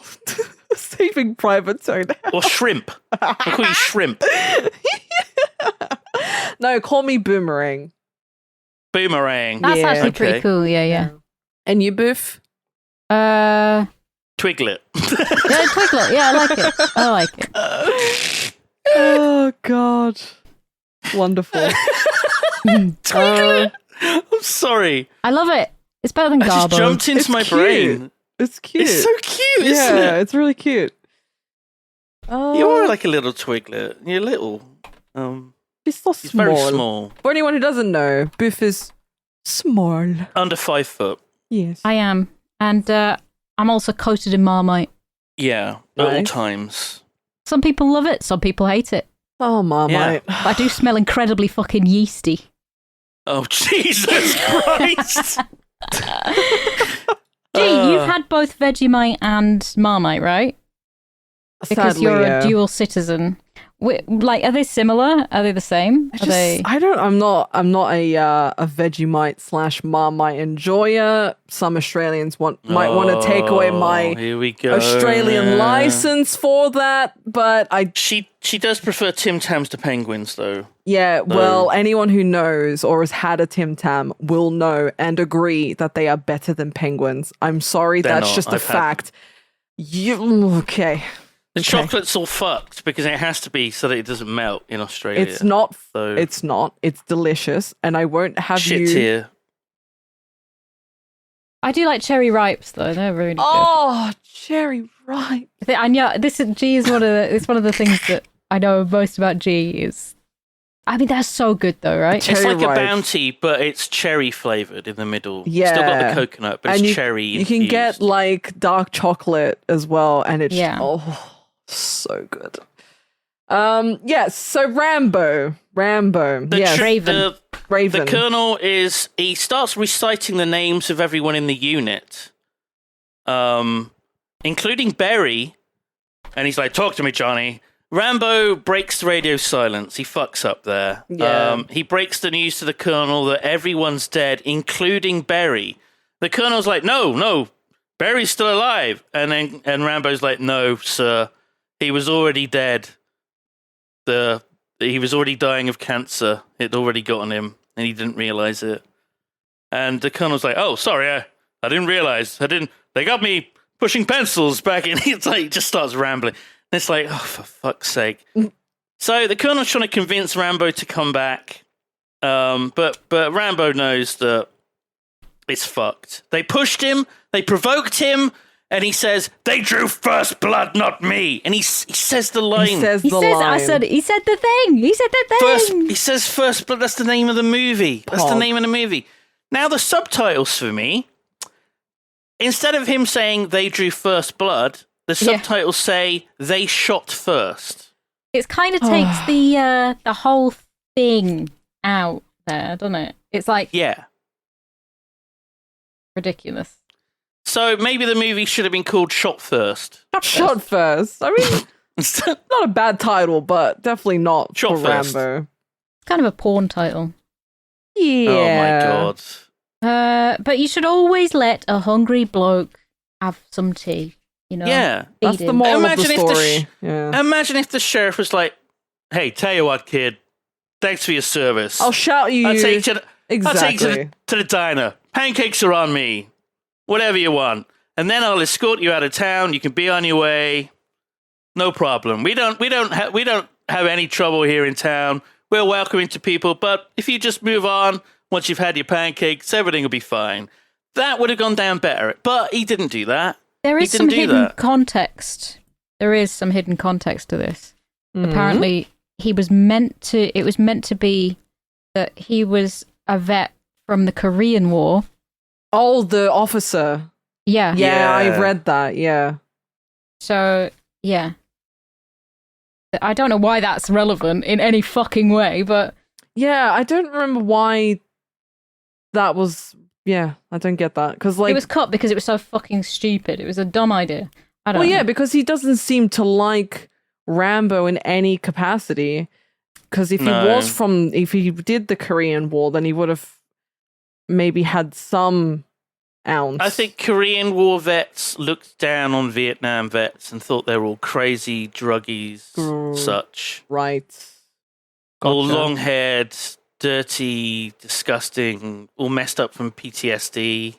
That's why he was saying get crazy a haircut. People. That's it. That is why he said that. Yeah. So there is some hidden context of why he hates him so much, but at the same time, fuck give a shit. He's just a wanker anyway. Yeah. We don't get that in the movie. None of that's revealed in the movie. None of that's in the film. I think he's just an asshole for no reason. I think there was supposed to be some sort of dialogue between him and that officer when they were sat down together having a one-to-one, and then also stuff in his office, which you noticed a taxidermy thing. Yeah. But I think there's meant to be some sort of war stuff maybe around his office to indicate that he was, but I'm not sure if that made the final cut.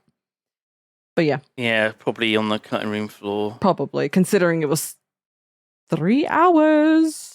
Jesus. How has he not got hypothermia? Because Rambo is cold. I guess the poncho, the adrenaline. I don't know. Yeah. Man. He did have a fire at some point, but I think he's built different. Yeah, but in Vietnam, it's a lot warmer. I would imagine than the Pacific Northwest. Yeah. Yeah. So it's literally Christmas. Yeah, it's also Christmas. That's true. It's cold. It's cold as balls. Yeah, it must be freezing. But I think, all the running around and all the action is probably keeping him somewhat amped up and warm. So the National Guard is out in force trying to find John Rambo. There's a manhunt. There is a whole bunch of them walking along a river in quite tight, formation. They're quite close to each other. They're scouring every inch of the place, and yet they still miss him because he's hiding in the river. He's underwater. He makes a break for it, and then he spots a fucking kid with a rifle. This fucking teenage kid is there holding a gun. He's just hunting with his dad or something. Which is kind of like, do you think that the general public would know that there's a fucking manhunt going on? Wouldn't you see all Yes, it's on the news. Yeah, but if you're it's on the news, so why would you let your fucking kid go hunting? Why would anyone go join hunting? in, to be part of the manhunt, to be a hero? Oh, I just thought they were there was the sort of people that lived maybe a bit more in the mountains and were just, going hunting, and they didn't hear about the manhunt, maybe. I mean, I think they were there taking part. Oh, okay. Fair enough. Because there's fucking hundreds of people out there. Yeah, they do. So they lock eyes. Rambo tackles this kid to the ground, chucks his rifle away, and then just runs off without hurting the kid. Take your kid to manhunt day. yeah. So this little shit then snitches on Rambo. He starts yelling, Dad, I saw John Rambo! Mr. John Rambo. So the National Guard close in on his location, and they're just shooting wildly into the trees. And this is when we have the mine. Rambo escapes into the old rat fuck mine, is what I called it. Yeah, that mine was... This is when we get the accents from the National Guard that sound very Canadian. Yeah. Very Canadian. Now, this was filmed in Canada. Hey, I don't mind being a bit of an old National Guard, eh? That's a Welsh Canadian. I don't know about this. Nice. Hello there. It's very nice to meet you. Oh no, now it's gone Indian. No, it sounded Welsh Canadian to me. God almighty. So for some reason, I'm just going around the world. Your accents, you can do loads, but then Welsh always mozzarella. Welsh always seems to find a way. I don't know. I'm a Somehow. quarter Welsh. Maybe that's it. Maybe that's what it. it is. There you go. He's got a bit of Welsh in him. So A that bit makes Welsh. sense. So these National Guard, they're Army Reserves. They're not pros like John Rambo. They're out of the depth horribly. One of them, Earl, has a fucking rocket launcher. And this they is the give guy Rambo. that looks like Mike. He's the guy that looks like Mike. They yell at Rambo that he's got 30 seconds to come out, or they'll shoot. And they don't actually do a countdown, which I thought was quite rude. I thought they would start counting, but they don't. Just after 30 seconds, they fire the rocket launcher. Rambo barely escapes, going deeper into the mine as the front of it just collapses. And Rambo is trapped. They just assume he's dead because they're idiots. They don't know this is an action movie. Yeah, but also you'd think that firing a rocket launcher at someone would probably kill them. The sheriff is not happy with them. They're posing and larking around like they're heroes. The sheriff orders them to dig out the body so they can actually confirm that he's dead. But Rambo's very much alive. He's fucking around inside the mine doing some sort of MacGyver shit. Trying to make a torch so they can see where he's going. Not having a good time in that mine. He is. He's picking up these lanterns and then just smashing them to the ground. Yeah. Which is really weird. He why? He puts why? Well, maybe there's oil from the lanterns, and he puts it on his knife to. Guess he does find paraffin that he tears off some of his poncho, I think. Yeah. To form a torch. I really like that. That was really cool. The way that the fire looks so liquid. But yeah, he's going down. He's falling down a bunch of ladders and really hurting himself, trying to navigate through it. And it's also partially flooded. Yeah. So it's bad in there. It's real bad. It's very, very harsh, very awful conditions to try to be going through that. But I guess he's out of the cold. Silver No, lining. he's in the freezing cold water and covered in beautiful rats who wouldn't live there. They wouldn't live down there. No? They like it there. It's nice. No, they don't. I don't think rats would live down there. They don't want to live in water. What do they eat? Eat each other? They eat insects, so they would live above ground. They would maybe have a little hidey hole, a little den, and then they would eat vegetation and insects and stuff. Slugs and snails and all the things. They wouldn't want to live in a fucking wet, cold mine. Mm. You know? This is when we also get the shot of the police station that's filled with Christmas trees suddenly. No, they showed that at the beginning. Were they? Yeah. I completely missed that. Yeah, because I was like, I think when they first brought him in, there was literally in gold, silver, letters, Merry Christmas at the front There's desk. a Christmas tree on there as well. And there was a Christmas tree. Because there's one shot where there's two Christmas trees. There's one in the foreground and one in the background. And I'm like, what is happening? They must love Christmas in this town. Yeah, it's just Christmas all year round. Felt like a Hallmark movie. Oh yeah, super. Rambo's going to discover the true meaning of Christmas. It's a Christmas special. Why not? This is when Teasel sits at his desk and we see he has a stuffed cat face. I love it. So weird. So fucking odd. What kind of animal is that? It looks like a lynx or it's a bobcat. It's a bobcat. Oh. So, okay. they're only littler bobcats. It's a little furry grey cat face, just he's a taxidermied on his desk. Fuzzy little bobcat head, and I love him, and I would like one of those. He's my son. He's my son. He is my son, and I love him. Here's my son. There, I've put a picture in.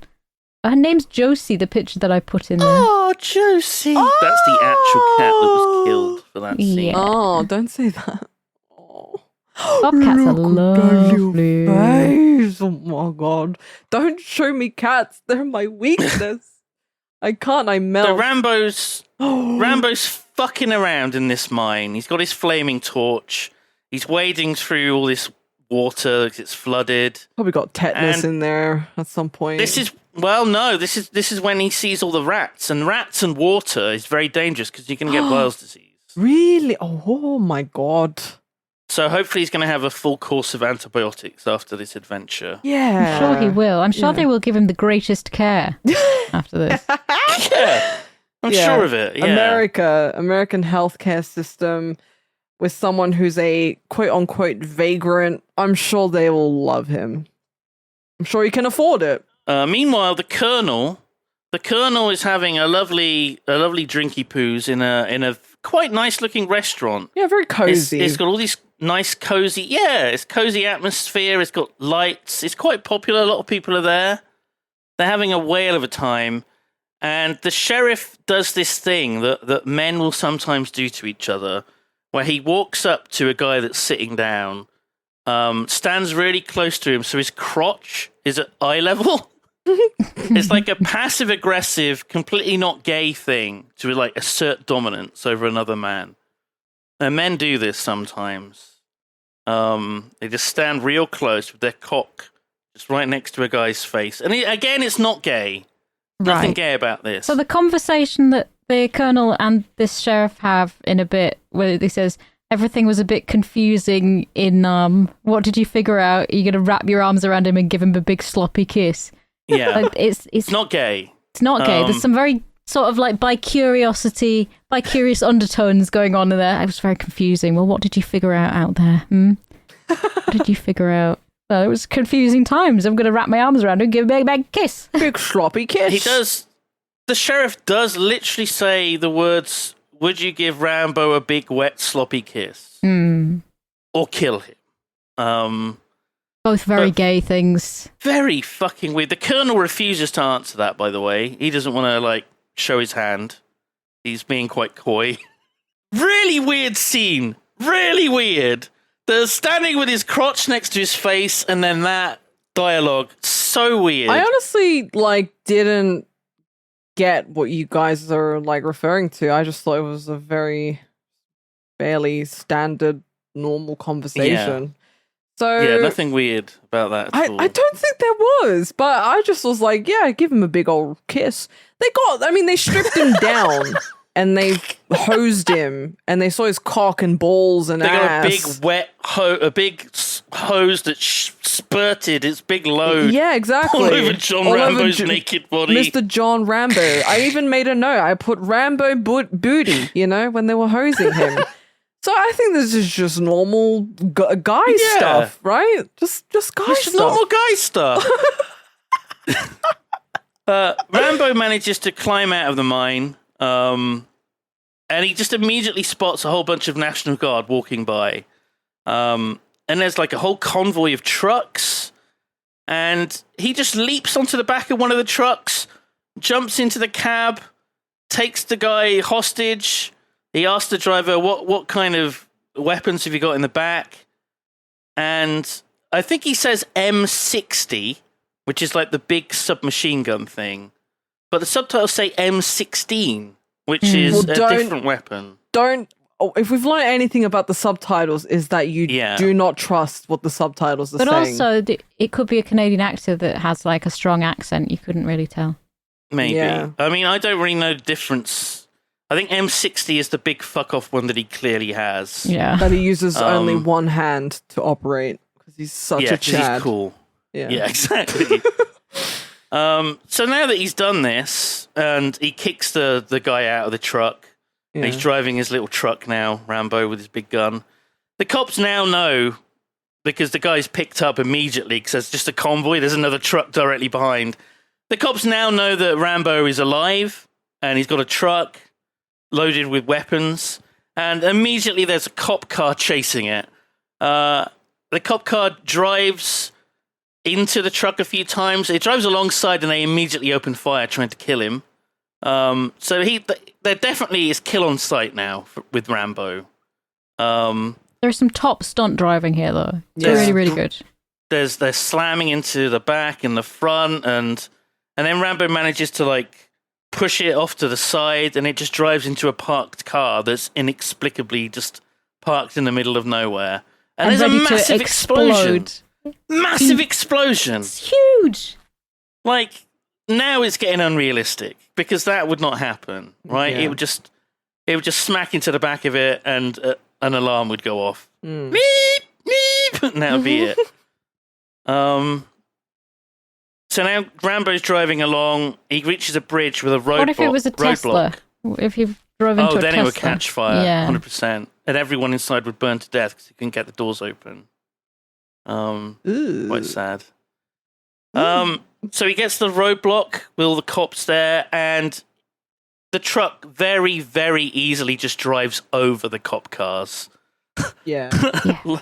Like it's a monster truck. Yeah. One of those big rallies. The cops, they're shooting like crazy, but it doesn't matter. He's gone. He's just in the distance now. He's gone. He's miles away. They'll never see him again. Oh no! Now he's driving into town.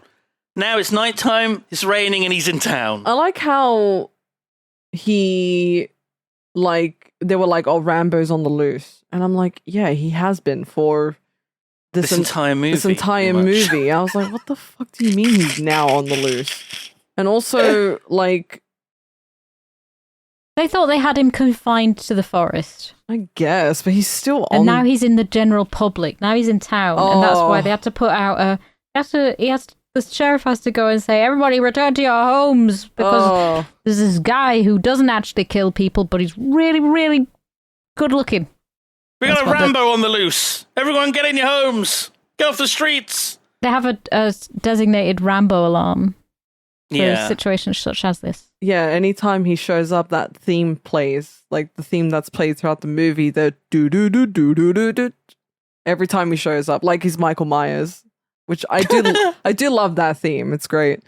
But yeah, I'm just going back quickly to the corporal conversation. He was like, "When in doubt, kill." And I'm like, he hasn't killed anyone though. Like, why are you making him out to be like? I know he's trained to do that, but you're really making him out to be like this insane, a good guy, unreasonable. right?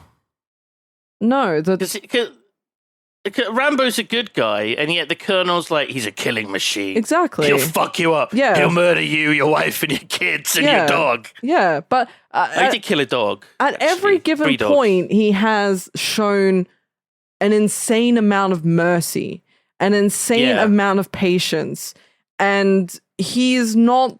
Even though they'd like to think he is a killer, which, he probably was when he was a Green Beret, guns blazing and all that shit. But I guess it's just the misconception, right? The fear mongering, making him out to be this insane soldier out for blood, and he's just a bad guy, and he's a vagrant, he needs to be put down, all that bullshit. But the commanding officer doesn't help his case. It's like, he's when in doubt, kill. He's programmed to kill, like he's the fucking Terminator. But yeah, so he's on the loose in the town. The Rambo alarm's going off, and Rambo just he drives into a gas station straight over the pumps. So there's petrol going everywhere. And he gets his giant fucking gun out the back of the truck. He lights a lighter, throws it at the gas station, and it explodes. And then the truck explodes. And I'm pretty sure that someone must have died during this.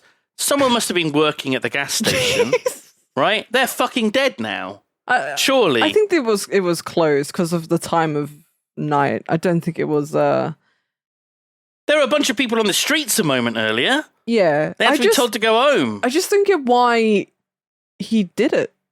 Kind of made no sense. I guess he was just shooting up the town. He was just causing damage and destruction to everything for no reason. Did go a bit bloody mad at the end there, I think. Yeah. He's got an appetite for destruction. I guess it's the literal definition that we have for years, or at least I have.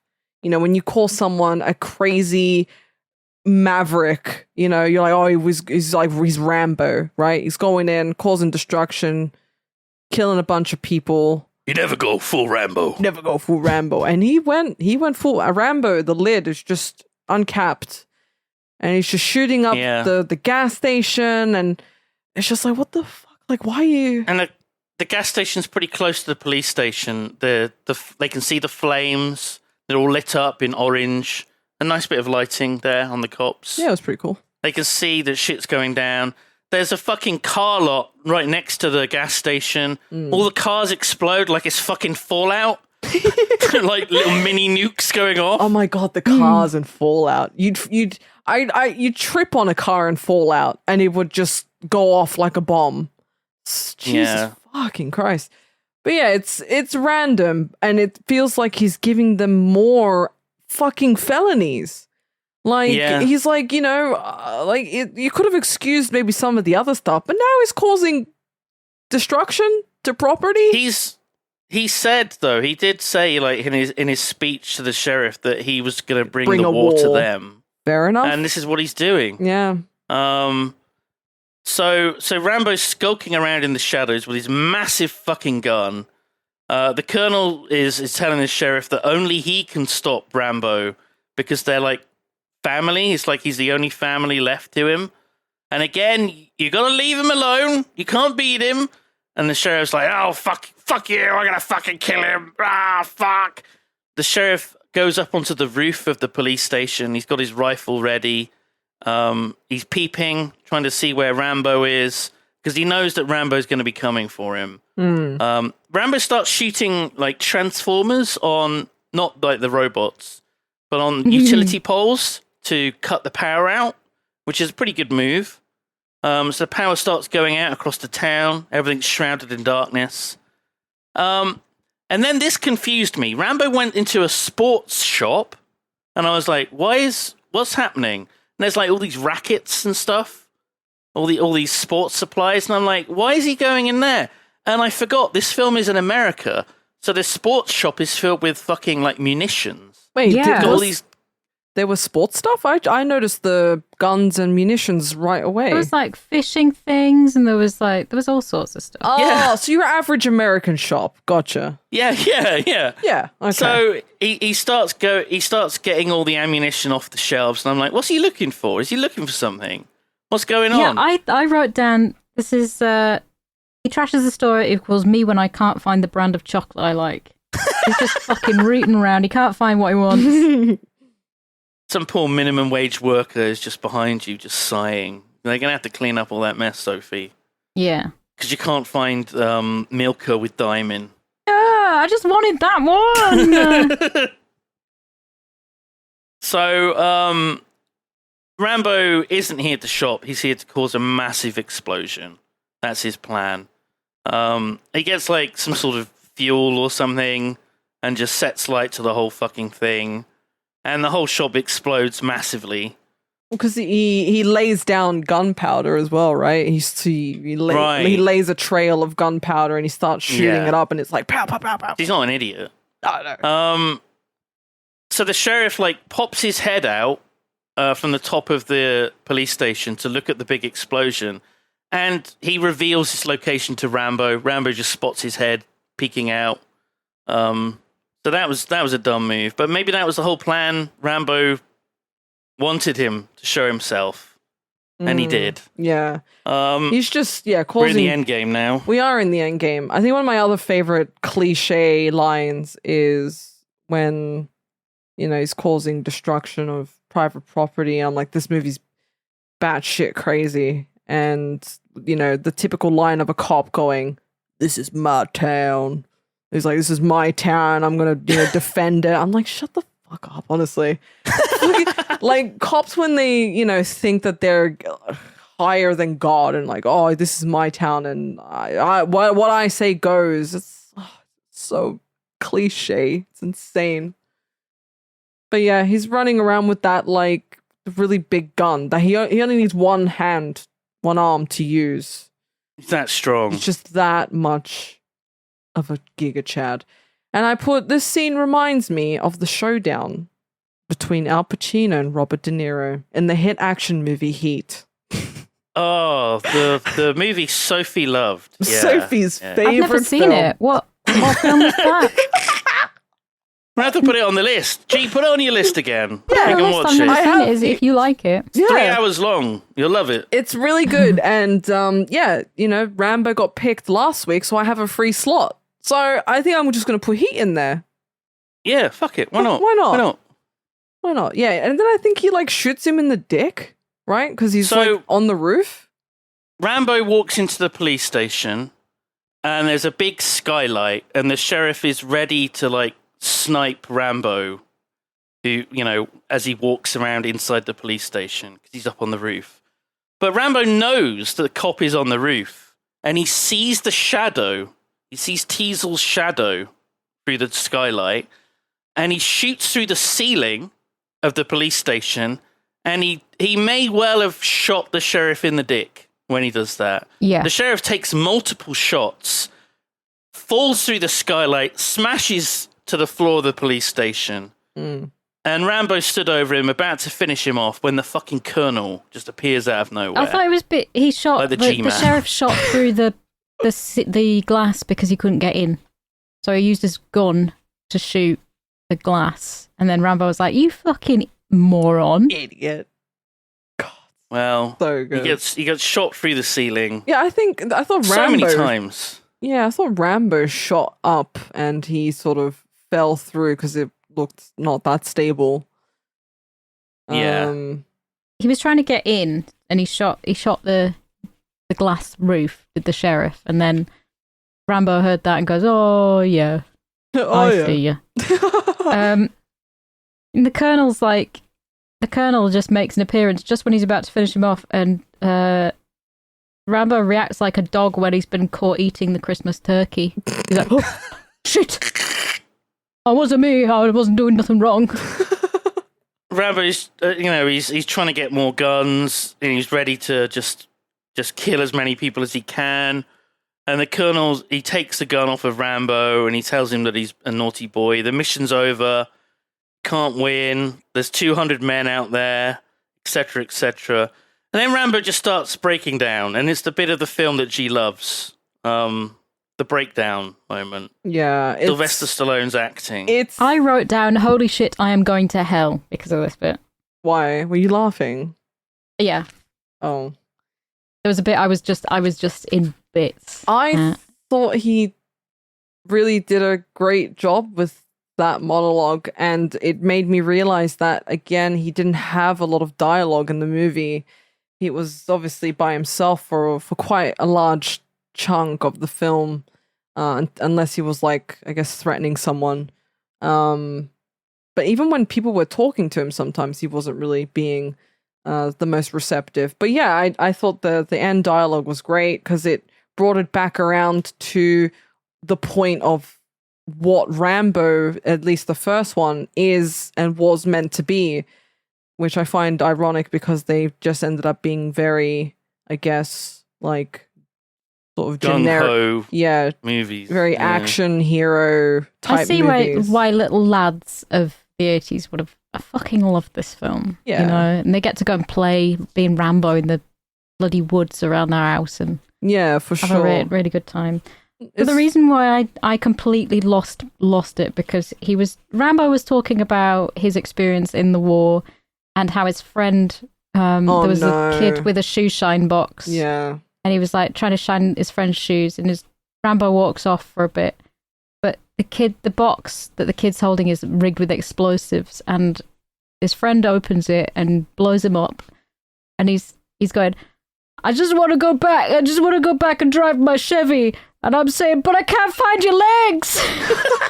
And then there was another part where he says, I've got my friend plastered all over me in bits. My friend is all over me. And I'm like, oh my God, this poor man. I don't know. Poor man, but he can't find his legs. He can't find his legs. I was Lippy's got cancer! Lippy's got cancer! That's what I thought at the beginning of the film when he was told that his friend died from cancer, and that's all I could hear in my head. Limpy. Yeah. The sentence before I wrote about this was, men's mental health is important. This is a message. It's a very strong message how mental health is important for men, because it's like a very sort of like you're supposed to man up, you're supposed to go to war, you're supposed to kill people and get your friends killed, and you're supposed to come back and just get into society and be fine with it. It's fucked up. It's really fucked up. Like, none of this would have happened if you saw a therapist. Well, yeah, but took some even sertraline. even these days, veterans are not treated very well, and it's super hard for people to get mental help with their mental health, especially like veterans who are going through some real problems adjusting to civilian life. Yeah, man. I mean, and then I wrote down about the legs. They've got, like, shell shock. They're expected to sleep in the middle of the night while artillery is raining down on them. They could get ambushed by enemy soldiers. A grenade can fall in their friend's lap. Like, there's so much shit that happens in war that you think... Shell shock is what they used to call PTSD, or at least it had similar symptoms. Yeah. And it's just... And that's what I guess, like, Rambo was trying to say that it was about, and, soldiers, PTSD, and all this kind of stuff in the Vietnam War. And how when he got back from the war, it was like he wasn't a hero because everyone was yelling at him and people were protesting spitting on him. And it's like everything he did was for nothing because nobody appreciates. Nobody appreciated what he'd been through, and then he was just expected to go straight back to it. Yeah, he couldn't even keep a job parking cars. Yeah. Men's mental health is so important. Yeah, I just want to reiterate that. It is. It absolutely is. Especially, like, not especially, but alongside this, right? They go through hell in such, like, dire circumstances, expected, conscription in the war, and expected to go to war, and expected to go through, and they're, like you said, they're expected to man up, deal with it, put up with it. They lose their friend every other day, and they survive, and they come back home, and they're just like, yeah, just go back and get a job. It's easy, right? This is what you fought for, so just, like, get into the groove of it, right? Don't be... Just man up. Man up. Don't be such a... Don't be a pussy. And that is what I like about this film, and his dialogue, and his delivery, and the emotion. Yeah, he kind of, like, muddles his words a bit because he's sort of, like, very distraught, and Stallone, the way he speaks, you don't understand him sometimes because of how he speaks, but I still appreciated what he was saying and the line delivery. And yeah, it was anyway, was Rambo's arrested. He's cuffed and he's in police custody now. And the sheriff is loaded into an ambulance. The officer talks him down, right? The officer talks him down because he's having a breakdown. He's crying. He's in pieces. He's defeated. He's given up. And the officer sort of embraces him. His daddy Colonel gives him a little bit of a hug. He does, and that's enough. That's all it took in the end, a hug. And that big wet sloppy kiss. And a big sloppy kiss. And that's how the film ends, with Rambo being led away in cuffs. And then the one of the worst songs I've ever heard in a movie starts playing. Yeah, it was pretty bad. But if you listen to 80s ballad. Yeah, if you listen to the lyrics, it was relevant to the situation, but it still sounded terrible. Like, really. There's a man in handcuffs walking through the rain. He's sad because his friend exploded. That was based on a real story Sylvester Stallone heard. God. Yeah. Anyway, in the credits, the Rat Wrangler was Diane Minshall. Rat Wrangler. There's a Rat Wrangler. I'm just excited that there was somebody that was wrangling rats for this film. That's good. That's great. Do we you gotta read have the credits? one. Do you guys? Because seems like of course I fucking did. Wow. I think you guys do. Booth loved the movie so much she wanted to spend as much time with it as possible. So sat through the credits. It was like my best friend, and then I rewound it to make sure that I wasn't seeing the "Are you afraid of the black man" line. I had to make sure that I didn't just dream that. Did you check the credits to see if any of the companies had a B or an N in I their did names? not. I did not check that particular part. But there was a Boar Wrangler as well. Neil. Oh, God. Okay, final thoughts, ladies. G, this was your pick. Would you like to just sum up your final thoughts of the film and give it a rating out of 10? I do like this film. I like its take on, war veterans and the deeper psychological PTSD elements of war and what it's like for men who go to war and come back, no matter what war we're talking about. It's all very traumatizing, and it, had its action bits, which, obviously is what a lot of people, what stands out for a lot of people. But it's why the sequels end up being not so, I guess, it doesn't really focus on the more deeper elements. It's action-packed, random explosions, blowing up a lot of shit. But yeah, I think, it's a reflection of what wars did to men, and it's important to look at that kind of stuff. I like the music, I like the action, I like the acting, the characters were all right. Mm-hmm. Overall, probably a 7 for me. 7 out of 10 from G-Star Games. Correct. 7 sloppy kisses out of 10. Mwah. Mwah. Sophie, do you want to go next, or? Yeah, it's better than I remember it being, but nice. It's obviously not really a film that was for me, and I didn't grow up with that sort of film. Not enough hookers in it. Yeah, there's not enough hookers. There was maybe 1 or 2. 4 out of 10. It's better than Heat. Nice. 4 out of 10. Yeah. Okay. What did you not like about it to give it that? I mean, it's just kind of like it's just a film. It's just a film. There wasn't anything really that was riveting for me, or I didn't get kind of invested as much. I didn't really, it was just it's just a film to me, personally, and that's fine. Okay. Yeah. Fair enough. I also gave it 4 out of 10. I predicted Booth would give it 2 and G would give it 8. Interesting. And I wasn't far off. Not I wasn't far off. It's a pretty harrowing, brutal film, just showing just how little American society regarded vets back in the day. And of course, the PTSD aspects of it. It's, it's not really the action movie romp. It's an action movie that's a bit more grounded in reality, even though it goes off a little bit at the end. I think it's an okay film. Like, I don't hate it. I think it's fairly competently made, but it's the fact that there's so little to the plot. Yeah. The plot is paper thin.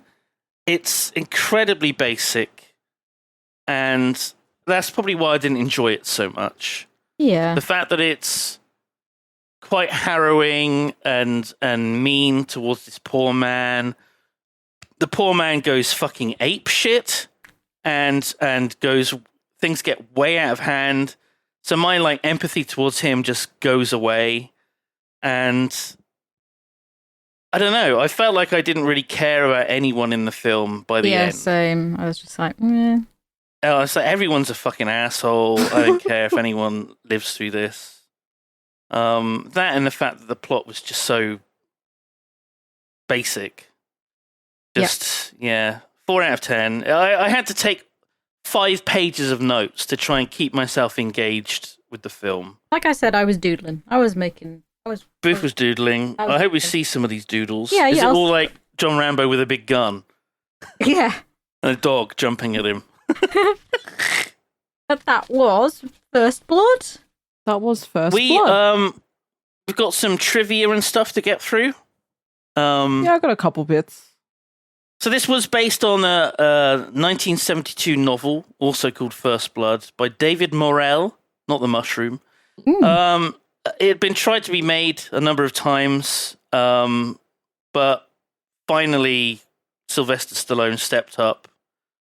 He did want to make the character different. They didn't want him to be a psychotic, cold-blooded killer like he was in the novel. They wanted to make him like a man who had sort of lost his way and didn't really know what he was doing with his life and was a victim of circumstance. He just found himself in this terrible situation. He wasn't just a madman. A more sympathetic character, essentially. And I think it kind of worked to an extent. Sylvester Stallone also compared the character of Rambo to Dr. Frankenstein. Oh, the monster of Dr. Frankenstein. Why? And the Colonel is the doctor. So the doctor creates this monster who escapes, but wants to fit into society, but can't. You kind of get it. I love how very, very the reaction from Booth when you brought up Frankenstein. She was ready to throw hands. She was like, okay, but why? Why? I kind of see it. I don't think the illusion holds up to too much. I see the analogy, but I wouldn't go as far as to say it's like that. But I get it a little bit. I get why Sylvester Stallone would think so. Yeah. Have you got any other interesting trivia tidbits? Tidbits. Well, I sort of breadcrumbed a bit of bits of trivia throughout the podcast about it being the novel and how it had different titles around the world. About it being 3 hours long. There was also a bit. Oh, the guy who actually got his nose broken in real life. Yeah, that was pretty brutal, but also kind of cool in the sense that it mirrored the book or playing by the book as it said. Messed up. I mean, stuff happens, right? There was also, I think he, in an alternative, I guess, what do you call it? Draft? Yeah, it went through loads of drafts. It was passed around through a lot of studios. It, had I think by the end of it, 18 revisions to the script. So it had it was Warner Brothers, and they had Clint Eastwood and Robert De Niro down to potentially play Rambo. What? Yeah. Well, that would have been a lot of shite, wouldn't it? Literally, and the scripts had 3 different drafts in that period. It passed through the hands of 4 different directors. But then I think... No idea who this director is that made this. I can't even remember his name. Yeah. Just a guy. Just a man. And then I think by the end of it, it was bought out for $300K. And then, it had like 18 sort of revisions of the script. I do remember that they showed a 40-minute cut to distributors and they sold the international rights just immediately. Yeah, it was. Yeah, they were eating it up. They were like really, really keen, really, really wanted to get their hands on it. There was also a revision where Rambo dies at the end. Oh my god! He gets shot, and I saw the scene. I actually saw it, so it was like cut footage. But he gets shot by his officer, his commanding officer. Fuck, the colonel. Yeah, he gets shot by the colonel to basically. Well, that's no good because then he can't have sequels. Exactly, if he's fucking dead. Exactly. It was trying to put him out of his misery, but then that's what it was. They put it as a screen test. I can imagine fucking Rambo's he's on the phone. He's like, "Go A-team." What do you mean, go A-team? And then a bunch of people storm in, and he's just shot, and all these squibs go off in his chest and his poncho. Yeah, he's shot to death. That's how Bottom ends, by the way, G. Yeah, it's really good. I really like that. I was watching Comic Street Presents before this film. I've got to tell you about a film that I also watched before this film yesterday. I watched Tiptoes. No. Oh my god. What, the movie we talked about with McConaughey? Is that? Am I? Yes. You should save this for a bonus episode. I'll save it for a bonus episode if you wish. Make some notes. No, there is absolutely no fucking need to make any notes. But I can. You will forget though if you don't. I don't want to watch it again. Don't make her watch it again. I'm going to make you fucking watch it again. I don't want to watch it. Let her say what she wants to say. Go on, Boof. If you want me to save it for a bonus bit, then I will. I think it would be more appropriate than during a discussion of a different film. Okay. Oh, you're such a killjoy. Sorry. And the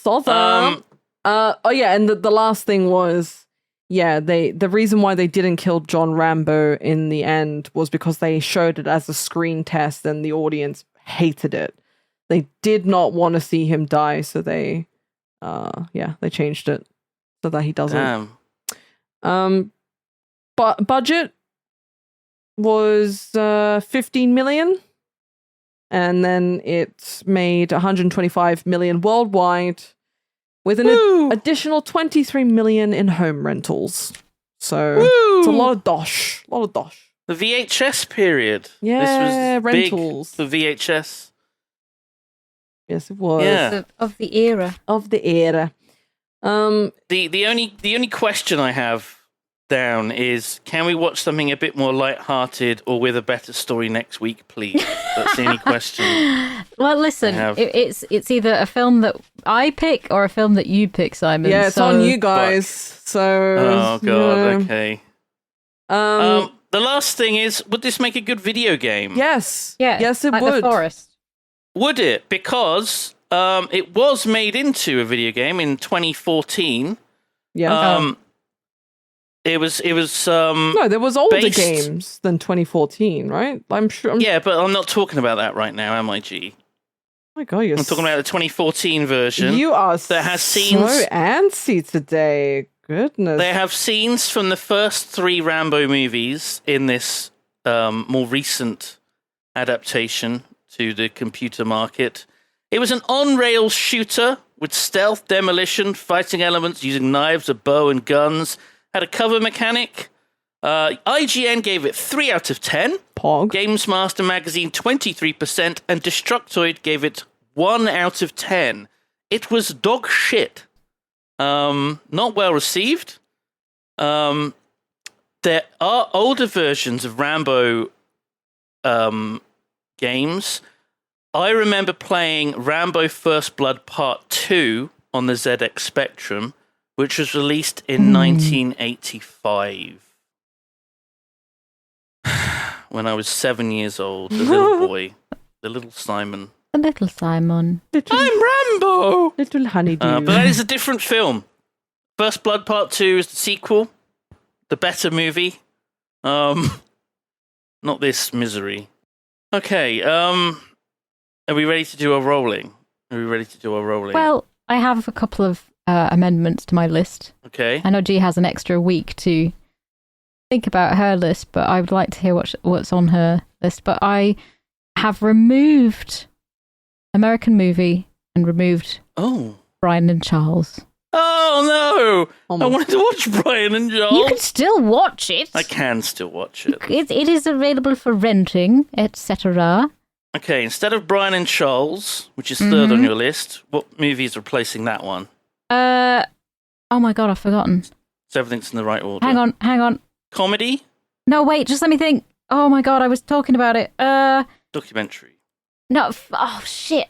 Why have I forgotten? Why didn't you write this down, you idiot? I don't write anything down. Oh my god. Gee, do you have any changes to your list while I just... Yeah. Oh no, I've got it. I've figured it out. Oh shit. It's An Evening with Beverly Loughlin. What the fuck? An Evening with Beverly Loughlin. Beverly, what the fuck? I just loved his fucking reaction. It's like, what the fuck? I've never heard of this fucking shit in my life. Beverly Loughlin, 2018. Mm-hmm. Okay, so unsatisfying marriage takes a turn for the worse when a mysterious man from her past comes to town to perform an event called An Evening with Beverly Loughlin. What the fuck is this? Are we going to be able to watch this? Is this on Amazon or somewhere? Yeah. Oh, Pog. It's okay. rentable. Lovely. I got it on Blu-ray recently. Okay.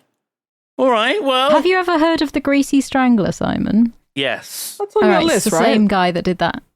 Oh, fuck me. Okay. Right, I didn't want to subject G to The Greasy Strangler. I thought the honestly. Greasy Strangler was... I'm sure I've heard you mention this before. Isn't it on the list? Yeah. No. Oh, okay. No, Beef had threatened to put it on her list, and she never did. Oh, I see. Gotcha. I mean, I haven't added I've removed American Movie, and I'm adding in Pass Through. I'm sorry. I What? Pass Through. Yes, that's what I said. Pass Through. Your ears weren't malfunctioning there, Simon. The 2016 movie by Neil Breen. Oh, Boof. Yes. Right, okay. Oh, Boof. I swear to God, if we get this... Wait, I didn't know that was a... Okay. I think this is the one in the desert with the doll heads. Yeah. This is that one. Oh my God. Great. You are a Okay. sadist. Okay. It was going to happen. It was going to happen at some point. I'm just going to put under genre, I'm going to put Breen. Yeah, that's his own genre. Breen. Pass Through. Right. G, do you want to say with a change what you replaced Rambo First Blood with? Yeah, why not? Just so it's on the list. I chose a film called Jagged Edge. It's got Jeff Bridges, Glenn Close, Richard Partlow. It's a wealthy woman. Wait, do you want me to give it? Sounds like a film noir. Yeah, it's a wealthy woman who is murdered in her beach house. Husband is allegedly knocked out first. He inherits it all. And then he has a murder mystery. Yeah. So it could be good. Could be a good one. I guess it's a thriller. Okay, that's good. That sounds great. Okay, so it's down to me and Boof this week. Oh. Right, so first of all, we roll a 1 to a 6, a D6, you might say, to determine what number on me and Boof's list it'll be. So this will narrow it down to 2 films. Let's see. Okay, right, here we go. Number 1 is either My Fair Lady or Daredreamer. So it's going to be a musical. Oh, yeah, wow. okay. Bring a musical. Oh my God, please let it be My Fair Lady. Please. Why? What the fuck is wrong with you? Okay, odd number, me. Even number, it's Boof. Okay, come on, odd number for Simon. Lol. We're watching Daredreamer. Oh yeah. Good luck trying to find this. It's to on watch YouTube, along. you silly twat. It's on YouTube, you silly twat. We discussed this. It's on YouTube. We're watching Daredreamer. You watched it on YouTube. I don't know whether to be happy or not. I don't know how to feel about I think this. you'll be pleasantly surprised, Simon. Will I? Because this guy makes some real fucking shit films. Oh, God. Christ. Okay. Oh, fucking Daredreamer. hell. We got a beef pick. It's been so long since we got a beef pick. Well, there you go. It's Boof's Congratulations, Sophie. Congratulations. I'm going to put down Thanks. Daredreamer so I don't forget, because I very easily forget sometimes what ends up winning. It's called Daredreamer. Wonderful. It's a musical. A musical. We're going to be singing the song. Do you next like episode? Do you like this movie, Boof? Is it like a favorite of love yours? Okay, Yeah. cool. I love the songs in it. They're really catchy. I quote bits of it all the fucking time. I've got the tape. I've got 2 tapes of it sitting behind me somewhere. We can hear her turning around. Yeah, I was just looking to see where it was. I've got two tapes of that because it's so good. Fantastic. Amazing. Oh my Well, God. for those of you who don't know, yeah, we roll the dice at the end of every episode. I'll probably say this a bit earlier on, just in case people clock out by the end of it. But somebody did ask, can we get the next movie for the next episode told? But yeah, we do that. We roll the dice, and that's how the movies get picked. So you guys have a chance to watch it in advance, and then hopefully listen along once you've had a chance to watch it. But yeah, Daredreamer. Daredreamer. It's on YouTube, and that will be the film for next week. So do your homework, kids. If you want to support this podcast, YOMP, then check us out on Patreon. It's patreon.com/YOMPcast, YOMPCAST. And if you back at the £10 level, you get next week's episode a week early. You get Wow. it. You get the week early than everyone else on their podcast feeds. What a special treat!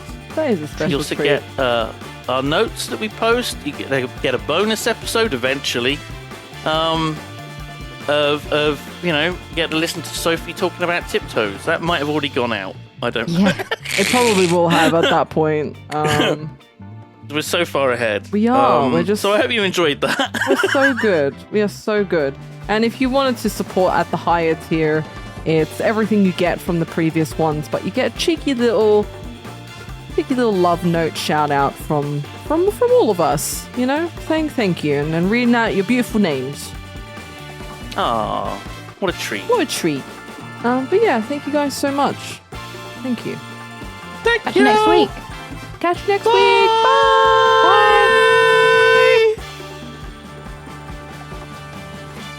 Hey everyone, it's G here. Wanted to say a very special thank you for, first of all, listening to this episode. We hope you have been enjoying YOMP just as much as we've loved recording every single episode.